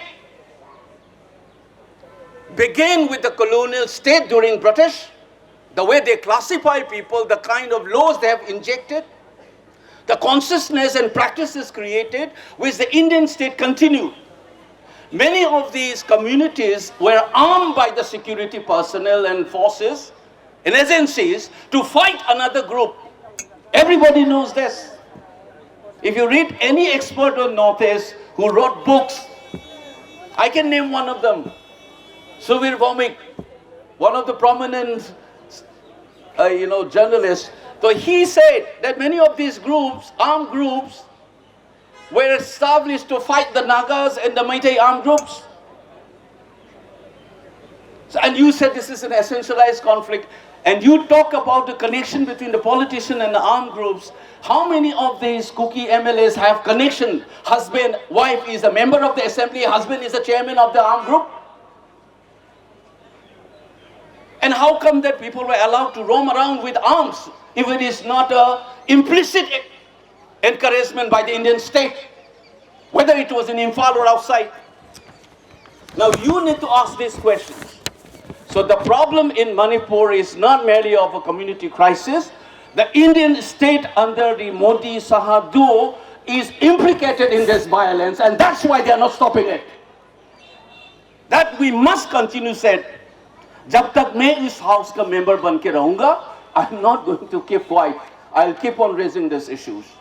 And that is one of the way to do it is here. We here in Delhi, you shout in Imphal, nobody bothers. So the fact is that you must be here and speaking, and that's why we organize this. And even if a few members comes here, thank you for your support, and thank all my party members and colleagues from the parliament who have came in such a short notice. I have only informed them yesterday. about this, and I'm very thankful to Shashiji also for coming in. And I'm also expecting one of my old friend Yogendra Yadav. He is also on the way, and hopefully he will join us and also reflect on our situation. We need support. Please remember, it's not a Manipur's problem. This is an Indian state problem. When the constitutional system collapses, this speaks on this country. Please do not forget that. As long as you think this has something to do with a distant place called Manipur, you are already pushing, then people will begin all over again to ask this question: what is the place of Manipur in the Indian Union? And the remaining, these youths of Manipur and the Northeast in general will begin to sense what is our place even today in this country, depending on how we behave and how we react, respond to this crisis. And a better sense should prevail among the Indian elites, particularly the BJP leaders, and they are doing more harm to this country than to Manipur through this violence. Thank you. Thank you, sir, for your wonderful speech to share our pain of Manipur to all of us. We have with us the Mahila Congress delegations with us also. Puspa Singh, Umar, Soni, Priyanka, Priya, Neetu, Rivita, Pinky, and their teams. Thank you so much. Next, I request our Honorable MP, Sasi Tharoor, former Union Minister, sir, to say a few words. Thank you very much. Thank you. It was very moving to listen to my friend Professor Bimal speaking. He delivered a very impassioned speech in Parliament, his maiden speech, which had everyone in the House deeply moved. And I must say that today he has repeated some of the most essential points that explain why I am here in response to his invitation. As he admits at short notice, I've kept some people waiting in my office to come and see you all and express my solidarity with the people of Manipur. I'm honored to be sitting next to your distinguished former Chief Minister, Mr. Okrami Ibobi Singh. We have former PCC Chief Girish Shodankar here. There's so many senior people here. The Mahila Congress has come. We are all here to show our support and solidarity for the people of Manipur in this moment of distress. It's not just a moment, it's a long time. 3rd of May 2023 is when the violence started. I remember speaking about it outside Parliament to our friends from the media when we had the monsoon session, saying, why is the government silent? So many people have been displaced. Over 60,000 people are sitting in refugee camps in their own country. It's an unacceptable privation. And by the way, those camps are very badly run. People are in great distress. I have received delegations from Manipur telling me how bad the conditions are in which people are living in those camps. On top of that, what are we seeing in Manipur today? A continuation of violence. I wrote an article for the global media about the situation in August of last year. At that time, the figure was under 150 people killed. Today, a year and 3 months later, it is up to 258 people killed. And yet the government is completely oblivious to what is happening. Our Prime Minister has not seen fit to go to his own country, to go to a vital part of our own national security and express his pain at the loss of the lives in Manipur. He has gone to Ukraine and wept about the Ukrainian children there. He has gone to Russia and talked about the needless deaths in war. It's high time he went to Manipur and talked about the unnecessary deaths of our own Indian citizens in a needless and unnecessary conflict that the government should have been able to stop a year ago, a year and a half ago, but it's been continuing now for a year and 7 months. We are looking at a situation when in our own country people's homes have been destroyed, churches and temples have been attacked. A minister of the BJP government had his own home burned down just last year. And yet, the government has the gall to speak about normality, to speak as if nothing has gone wrong, that everything is calm and peaceful. How can they even have the face to acknowledge that their own chief minister has been unable to win the confidence of all people in his state. We're looking at a time when he, for the first time, tried to call his own party MLAs together, and his own party's MLAs from one part of the state refused to talk to him. This is not a good sign. What we are seeing is a state that has been misgoverned to the extent that even us who are committed to democracy in this country were forced to say president's rule would be better than this kind of misrule. We have talked about in all these placards you are seeing before you, we've talked about the importance of upholding the Constitution of India. When people die in Manipur, it diminishes every one of us Indians.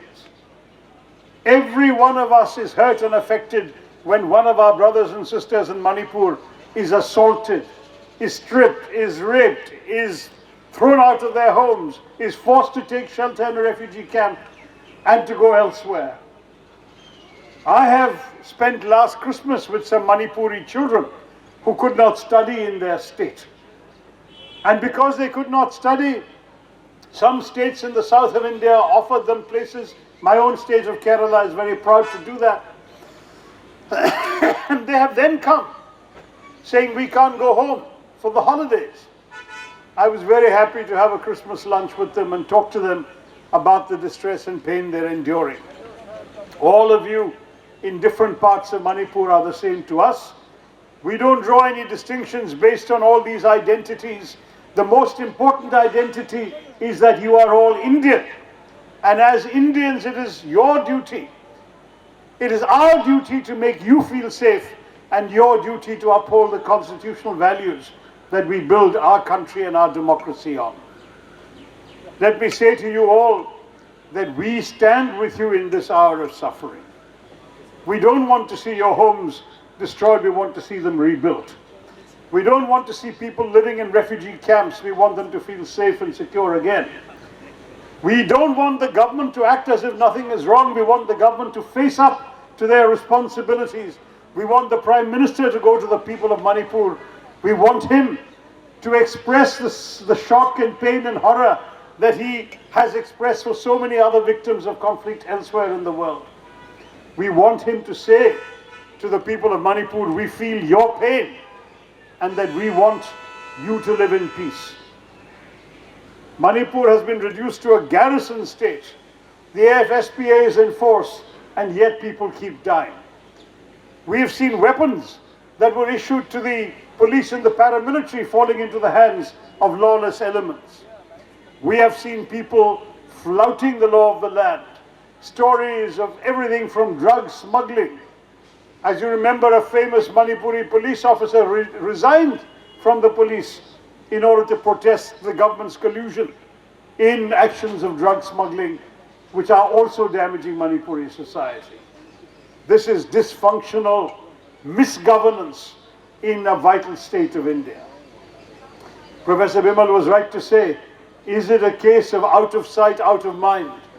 Is Manipur too far from Delhi for the government to care about it? Or is it important for us to say, wherever you are in India, you belong with us, we belong with you, and we will try and do our best to keep you safe. This rally today is an action of solidarity with all of you because we feel your pain. And this action is to say to all of you, we are sorry you have suffered so much. Our government should be sorry they've allowed you to suffer so much. And we demand that our government should come and take the necessary steps to restore peace and tranquility and normal life for all of you in Manipur. मैं आपसे हिंदी में कोशिश नहीं किया बोलने को क्योंकि अभी कन्हैया भी आए हैं, वो अच्छी तरह आपको समझाएंगे कि हमारे देश में चीजें कैसे चलनी है और मणिपुर का दुख हमारे दिल में भी है। ये तो मैं अंग्रेजी में आपको समझाने की कोशिश की, लेकिन आप हिंदी में भी सुनिए। मैं सिर्फ आपसे ये भी कहूँगा, दिल्ली इतनी दूर नहीं है मणिपुर से। जो कुछ मणिपुर में हुआ है 1 साल और 7 महीने से, ये यहाँ भी हमें महसूस हुआ है। We are here because India matters. Manipur is vital to India's future and to its security. Let us stand with the people of Manipur. Jai Hind! Thank you, sir. We are happy to hear your love for Manipur, people of Manipur. I request the next speaker, Kanhaiya Kumar, AICC, in charge, NSY. Sir, request you to say a few words. Thanks.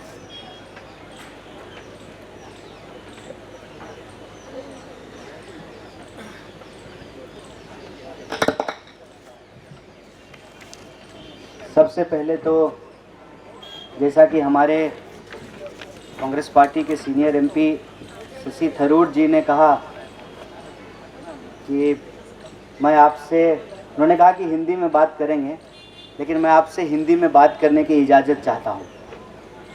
बात करूँ? धन्यवाद।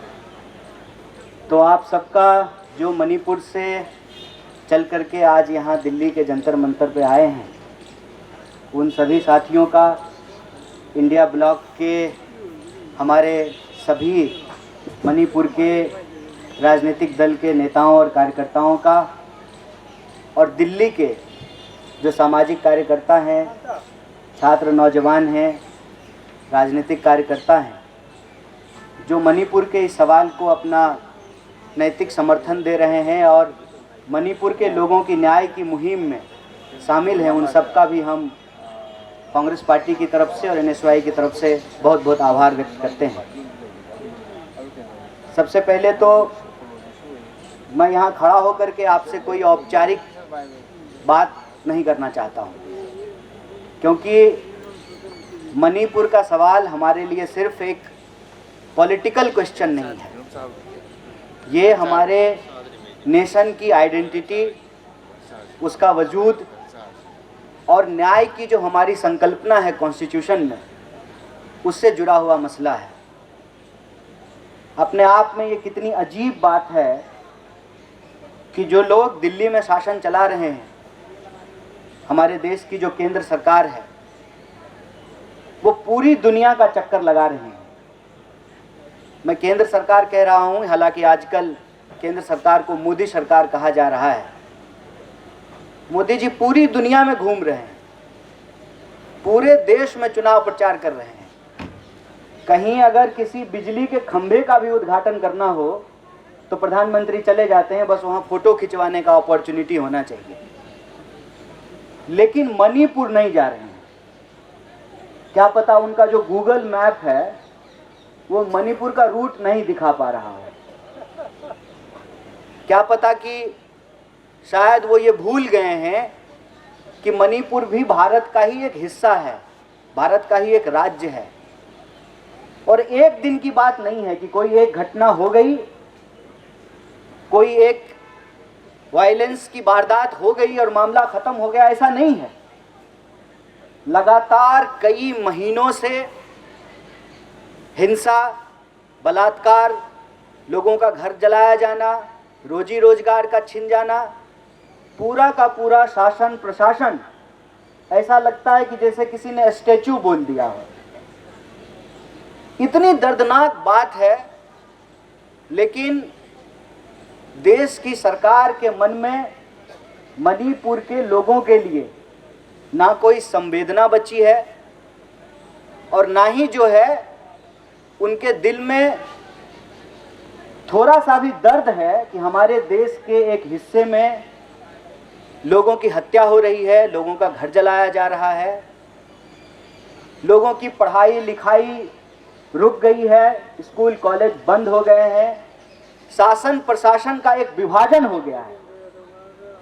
एक राज्य के लोग आपस में विभाजित कर दिए गए हैं और देश की सरकार चुप है। इसलिए हम कांग्रेस पार्टी की तरफ से मणिपुर के लोगों के साथ खड़े हैं, क्योंकि वो न्याय का सवाल है। वहाँ के लोगों के साथ जो अन्याय हो रहा है, उस अन्याय के खिलाफ हमारी पार्टी, हमारे नेता, कांग्रेस प्रेसिडेंट मल्लिकार्जुन खड़गे जी, हमारे नेता राहुल गांधी जी, पार्लियामेंट में लीडर ऑफ अपोजिशन के तौर पे दोनों ही, और हमारी पूरी पार्टी, हमारे तमाम सांसद, हमारा तमाम जन संगठन, जब से मणिपुर की घटना हुई है लगातार हम लोग इस सवाल पे बोल रहे हैं। प्रधानमंत्री का गूगल मैप भले काम नहीं कर रहा हो सकता है उनको मणिपुर का रूट नहीं मिल रहा हो, डिजिटल इंडिया के इस दौर में हो सकता है कि उनका इंटरनेट वहां की हालत नहीं इनको बता पा रहा हो, लेकिन न सिर्फ कांग्रेस पार्टी के लोग वहां जा रहे हैं, बल्कि वहां के जो शिविर हैं, जिनको अपना घर छोड़ना पड़ा, जिनका घर जला दिया गया, उनके बीच में काम कर रहे हैं। और देश की संसद में लगातार इस बात को हम लोग उठा रहे हैं कि सरकार को इसकी जिम्मेवारी लेनी पड़ेगी और मणिपुर में जो इतना बड़ा खाई बनाई गई है, जो लोगों को बीच में नफरत फैला करके लोगों को आपस में दूर किया गया है, इसका एक हल निकालना पड़ेगा। और मैं आप सबसे, मणिपुर के लोगों से ये निवेदन करता हूँ, कितनी भी कोशिश कर लें, हमारे शब्द शायद उस घाव पर मरहम का काम नहीं कर पाए, लेकिन मैं आपसे निवेदन करता हूँ कि हम आपसी भाईचारे का, शांति का, मोहब्बत का, आपस में मेल जोल का रास्ता अख्तियार करें और जो लोगों के साथ अन्याय हुआ है वहाँ पर न्याय सुनिश्चित करें।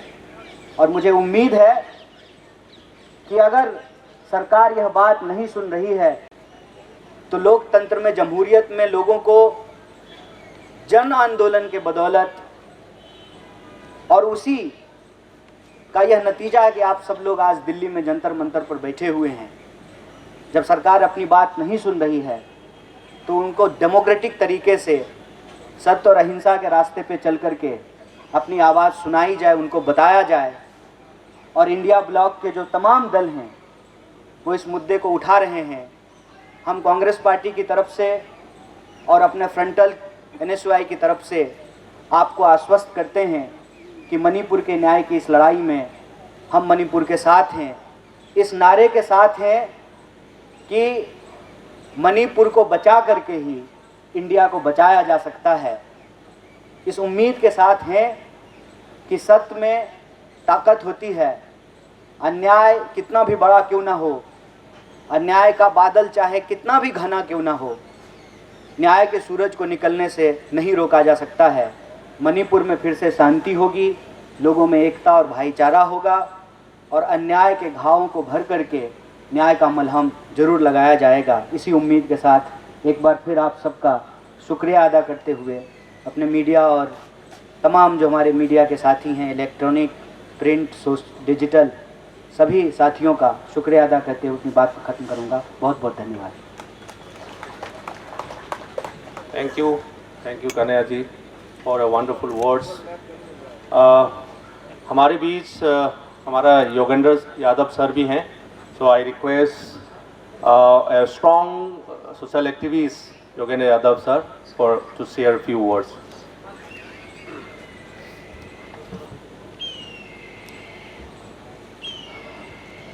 Honorable former Chief Minister Ibobi Singh ji, all the friends from different parts of Manipur here at this dais, my friend Kanhaiya Kumar asked permission to speak in Hindi. I seek your permission. आप सबकी मैं अनुमति चाहता हूँ अंग्रेजी में बोलने के लिए, क्योंकि इस उम्मीद है कि आप सबके सहारे शायद मेरी आवाज़ मणिपुर तक पहुँचे. I seek permission to speak in English so that some bits of this voice might reach Manipur. Friends, I'm here to share your anguish, your pain. I'm here to offer an apology. And I'm here to join you all in making an appeal. I was in Manipur, and anyone who has traveled in Manipur cannot ever forget that this is the land that held the first democratic elections in the history of India. The first universal adult franchise-based elections were held first in Manipur, then in the rest of the country, much later. This is the land which has had a chief minister, Rishan Keshingji, who was from a minority, perhaps one of the longest serving chief ministers from a minority community in any state in India. This is a land that has offered so many icons in sports, in culture to this country. When I went to Manipur last year as a part of the Bharat Jodo Nyaya Yatra, I simply cannot forget those scenes.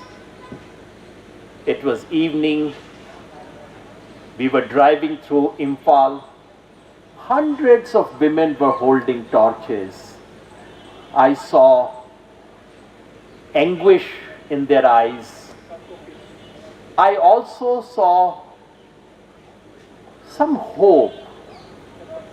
Kankopi was the place, Chiang Mai. Hundreds of women holding those torches. Sir, I cannot forget it. There was so much anguish and also a glimmer of hope in their eyes. Next day, we were in Chandrapur. I, for the rest of my life, cannot forget the fear, the pain, the anguish, and yet a possibility of hope that I saw among thousands of people there as well. Having witnessed that pain on both sides, at least I, as an Indian, cannot take sides. For me, every pain is a real pain. I'm here to share your anguish, sirs and my friends, that the Prime Minister of this country has not found half a day to visit Manipur. He has in the meanwhile covered, I think, about 19 countries he has visited so far, ever since the strife began in Manipur. But he found no time to visit Manipur. A few days ago, I was with someone in the BJP. I rarely meet people from the BJP, but I happened to meet one person. I asked him just one question. I know we disagree on everything, but tell me, why has the Prime Minister not gone to Manipur? Other things we will disagree, doesn't matter. Just answer this one question.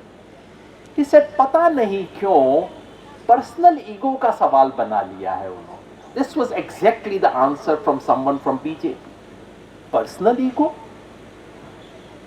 About 60,000 people who are made to live outside their homes for months and months.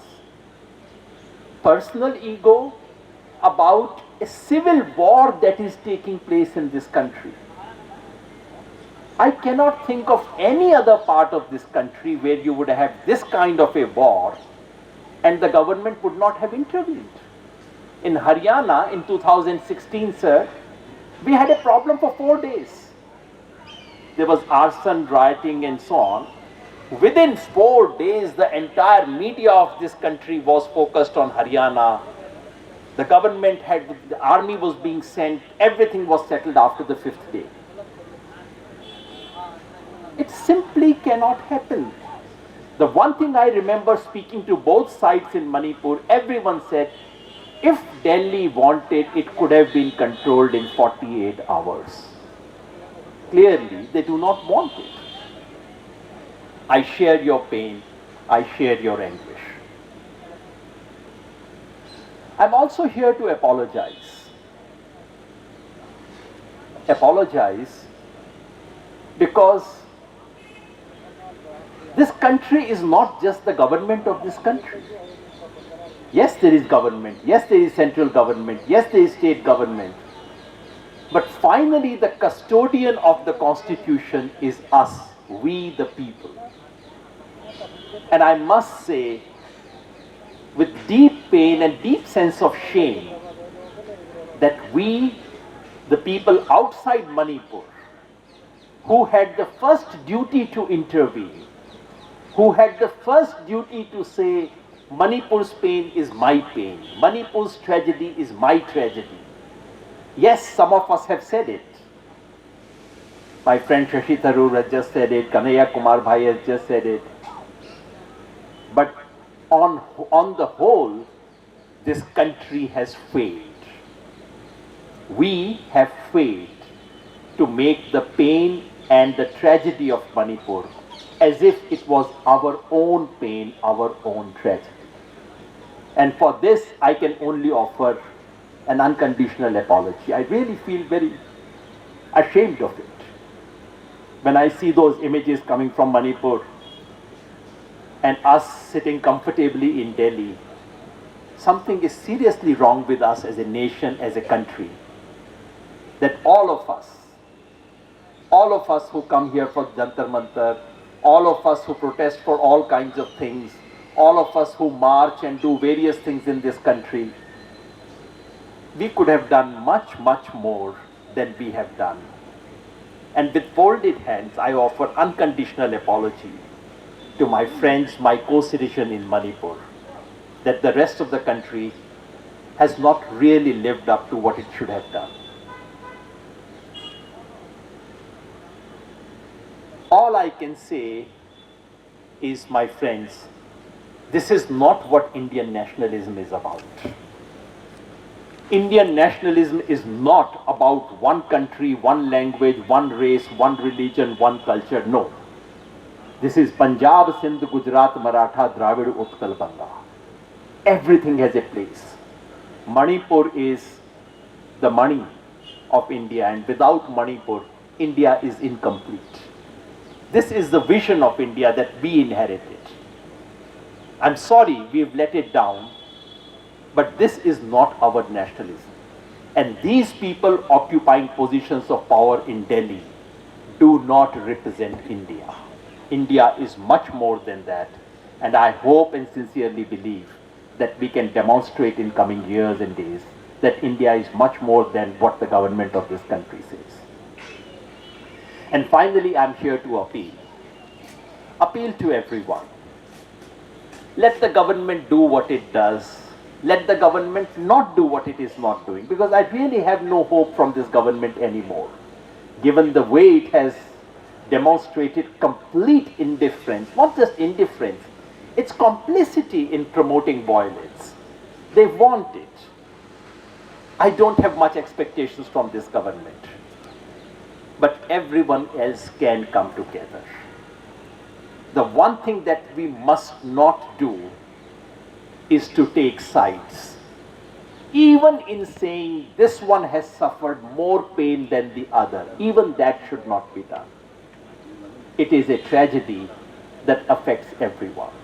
It cannot be put on a weighing scale, more or less. No, everyone has suffered. I say this because some of my friends in moments of enthusiasm begin to do this weighing of this. This one has suffered more, this one has caused more pain to the other, etc. No, we don't need to do that. In the last few months, every time there is some thawing of relationship, something happens to again put the things on a reverse gear. Again and again this is happening. I just want to underline the fact, when I speak to my friends in Manipur, and there are many, not just my friend Bimal, who I've known before he became a politician. We worked together in an office, in an institution.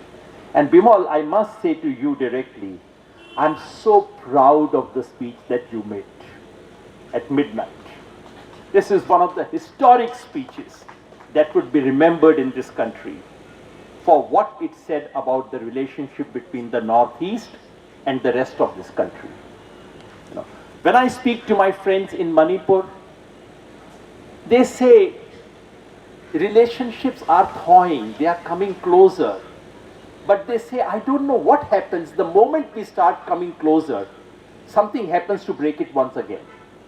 something is at work, we don't know what. We have to identify that. We, all of us, have to take responsibility. If the government fails us, we cannot fail our own country. We have to come together. And with that appeal, and with the assurance, on behalf of the Bharat Jodo Abhiyan, which is a confluence of people's movements all over the country, my colleagues are working in Manipur, in different parts of Manipur, coming from outside Manipur to work within Manipur. So on behalf of all those movements, and I see many movement friends of mine sitting here as well, on behalf of all of them, I offer you unconditional apology and an unconditional offer of support for this activity of creating a thaw and hopefully creating peace. Thank you very much. Thank you, sir, for your heart-touching words for people of Manipur. Next, I request our uncle Amrit Singh Pawa, ex-commissioner, Imphal Municipality. Sir, I request you to say a few words. Galaxy of dignified personalities present here. Friends, I have a regular visitor of Jantar Mantar, but today I have found so many personalities, so many media, electronic media and others. First time, and you know, this is not a world of bullock carts, it is a world of internet, and within seconds it will reach the whole world. I could see today that so many parties, leaders have come together on a stage to support Manipur. And I tell you, my friends, please note down, one day whole world will support if the violence is not stopped immediately. Whole world will support. This is my prediction, and my predictions are never wrong. Today I have heard so many friends, they are so much supporting. Friends, Manipur should be the national capital of India. The culture in Manipur, there is nowhere in the world I can give you written. I have visited whole world.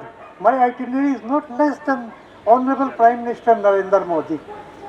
I think I have traveled much more than him, and I did not find any such culture all over the world which the people of Manipur, highly cultured of Manipur, have. I have no words to express. Rather, India should learn the culture from Manipur. They are highly cultured people. I have traveled each nook and corner of Manipur more than a local man, and I have seen that such culture is nowhere in the world. All of you, you love your mothers very much, because mother ऐसी माँ है, सब कुछ दुनिया में मिल जाएगा, आपको माँ नहीं मिलेगी.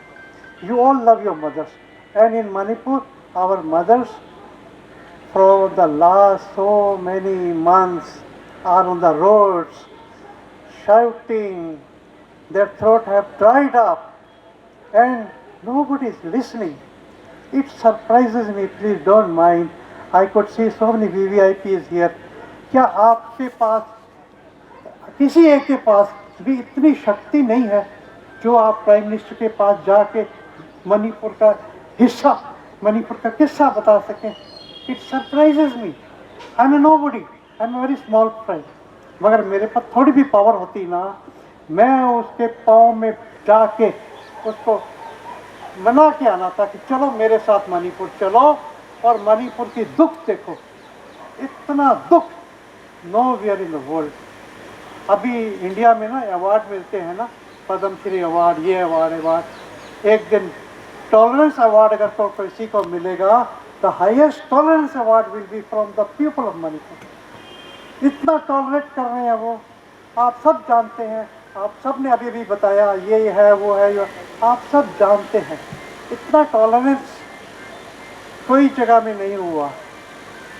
माय फ्रेंड्स, आपके हाथ में ये मोबाइल है ना, मोबाइल, इसमें इंटरनेट है ना, आपको एक दिन के लिए इंटरनेट आपका बंद कर देने से हाउ वुड यू फील? आप अपने दिल से पूछ के बोलिए, एक दिन के लिए इंटरनेट आपका बैन कर दें, how would you feel? I was in Imphal, मैं कल शाम को आया हूँ, मैं नाइट फ्लाइट से आया हूँ। 3 दिन तक I could not see any message while I was in Imphal. जब मेरी फ्लाइट इम्फाल से गुवाहाटी पहुँची, टक टक टक टक टक टक टक हंड्रेड्स ऑफ इम्पोर्टेंट मैसेजेस, जिसमें बहुत इंपॉर्टेंट भी थे, I could see. So this is the situation of our people, our innocent people, our highly cultured people, our God-fearing people. They are suffering. We have so many intellectuals amongst us, बेचारे internet के वजह से कुछ नहीं कर पाते, studies, कितना कुछ। मेरे को बोलने के लिए बहुत कुछ है, आज मेरा दिल भरा हुआ है, इतना दुख nowhere in the world। अभी बता रहे थे 60,000 70,000 डिस्प्लेस पर्सन, अरे उनके बारे में सोचिए ना, जिनके घर जल गए हैं, वो कैसे रहते हैं, कैसे खाते हैं। ये भी जो हमारे जल्दी करवा दें, या मेरे को बताया गया जल्दी करो, ठीक है। Just take just 1 minute. आप कभी अपने दिल में सोच के, दिल में फील करिएगा how our people are living in Manipur. जब से मर्ज हुआ, they are citizen of the country, so they should have the same right with other citizens have. So thank you very much for giving me opportunity for even few minutes. मगर कभी मौका लगाना, मैं अपना दिल आपको दिखाऊंगा, मेरा दिल रोता है। Recently we had so many festivals in Manipur, लोग in Delhi, कितने लोग खुश रहे हैं, वो लोग रो रहे हैं, उनके आंसू सूख नहीं रहे हैं, खून के आंसू रो रहे हैं। So with these friends, with these few words, thank you very much, and highly grateful that I am given chance to speak few words. Thank you very much. God bless you all. Thank you, sir. Next, I request our Honorable President and MLA K. Meghachandra Singh to move. Yeah, yes, sir. He move the resolutions on this sit-in demonstrations. I'm so happy that all the national leaders, almost all the MPs of the India Alliance came here and supported our sit-in demonstrations, and also all these leaders of the India Alliance who have come and supported our sit-in demonstrations. And in fact, all these leaders of the youth and the NSUI and all these alliance cells of the India Bloc, I'm really happy that the people of India, the leaders of India supported and showed the support to the issues, to the unprecedented turmoil situation over there in Manipur. And also I'm really happy that the MPs of across the nations, starting from Tamil Nadu, Kerala, and Maharashtra, Assam, Meghalaya, Nagaland, and from other states of India, supported to this sit-in demonstration here in Jantar Mantar, and friends of media also supported to our sit-in demonstration here in Jantar Mantar. So friends, why we are coming here in Delhi is that we are raising our issues at the national level, because the peoples of Manipur suffering, it has been completed 18th month, and it is going to be 19th month. The peoples are suffering. The people of Manipur are suffering in all forms of activities in our life. And really, it is a very shocking, it's a very horrific tragedy we have experiencing since 3rd of May 2023, and still this turmoil situation is continue. And for this we are coming here, we are moving towards Delhi from Manipur to raise up these issues at the national levels. And at the same time, the India Bloc team, we really headed the leaders of India raising these issues, raising our issues inside the parliament and outside the parliament. So for this, really thankful to all these MP who have raised our voice in the parliament. And so, and shortly, really, we are very painful. The people of, the entire people of Manipur are very painful. And we, in fact, the human rights of the people of Manipur is entirely violated over here. And the women are killed, and children, babies are killed. Our innocent citizens of India are killed here in Manipur under these administrations of the double-engine government there. So this is the system that we are experiencing, facing the problem of this anarchy government. Really, what happened is that the national highways that we have, that is totally blocked since 3rd of May 2023 and still continue. The essential commodities that we have, it is unavailable and it is not getting enough. And those whatever we get, it is also at a very high prices. And also, you see, the internet has been banned and it still continue. Curfew imposed day by day, and it is immediately the state government is imposing the curfew now and then, and the re-imposition of the armed forces special power right there. And also we are very thankful with these activities of the government under this double-engine government. So a lot of disturbances to all the institutions, colleges, schools, universities, and the professional institutions that whatever we have there in the state. This is very horrific situations here who are facing there in Manipur. So, and we are really grateful to all the leaders of the INDAI alliance. So they have raised issues at the national level, and they are very much concerned about our issue at the national level. They have exposed whatever that we are facing there in the state. So I will just come to the point that this India Bloc team Manipur moving some resolution to have a demand to the Modi's government, that I will just some few points I will move to resolve our demands to the government. So before that, before this moving this resolution, I'm just today's update. I'm just mentioning about this the Supreme Court's instruction to the state government. It's a very new, and today I just found that in the this social media that Supreme Court seeks a shield cover report on the present unprecedented turmoil happening there, say like the burning of the houses, the injuries that happen, the killings of the peoples, the IDPs, whoever they are in Manipur. More than 60,000 IDPs are there in this relief camp. Still this continues, and hundreds of people were killed. On that matter, Supreme Court had served this shield cover report to the government of Manipur. So in these connections, I just want to say is that the state government would not do anything, because already the Supreme Court, Honorable Supreme Court has has said and given the instruction that the entire law and order situation over there is totally breakdown. That's what's given by the Honorable Supreme Court.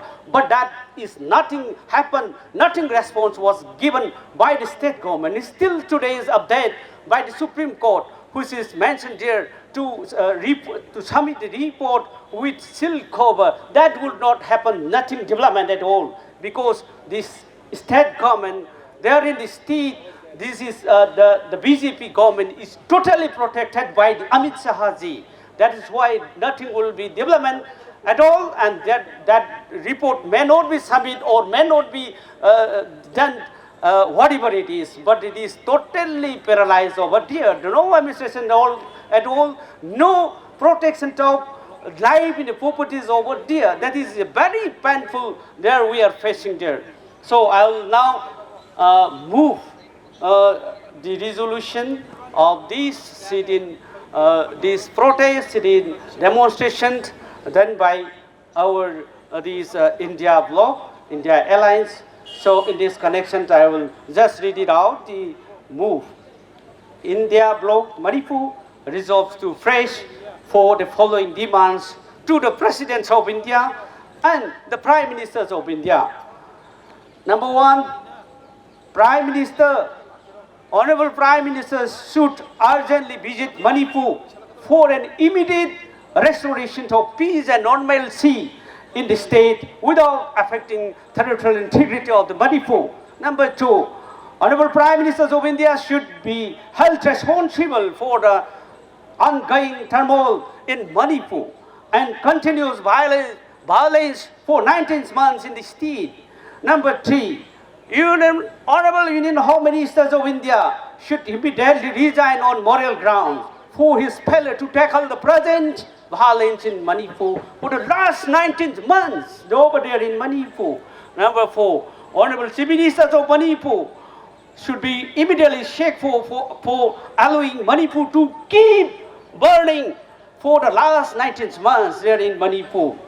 Further, until peace and normalcy is restored in Manipur, India Bloc, India Alliance Manipur will continue the democratic struggle to bring peace and normalcy in the state. We solemnly declare that we will work together hand in hand, irrespective of caste, creed, community, ethnicity, to strengthen the bond of love and unity and integrity of Manipur for peaceful coexistence without enmity and hatred. Thank you. Jai Hind, Jai Manipur. Let us have a voice.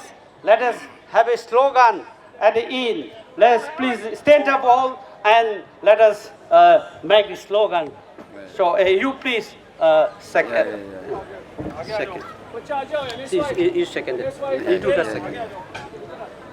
I, on behalf of the India Bloc Manipur, support this resolution, and please join us in the slogans to strengthen our movement.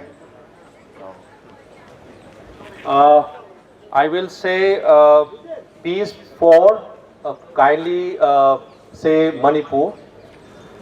Peace for Manipur. Peace for Manipur. Peace for Manipur. Peace for Manipur. Next, I will request all of you to say. I will say PM Saab. You will reply Manipur Chalo. PM Saab. Manipur Chalo. PM Saab. Manipur Chalo. PM Saab. Manipur Chalo. PM Saab. Manipur Chalo. Thank you so much. Thank you. Thank you.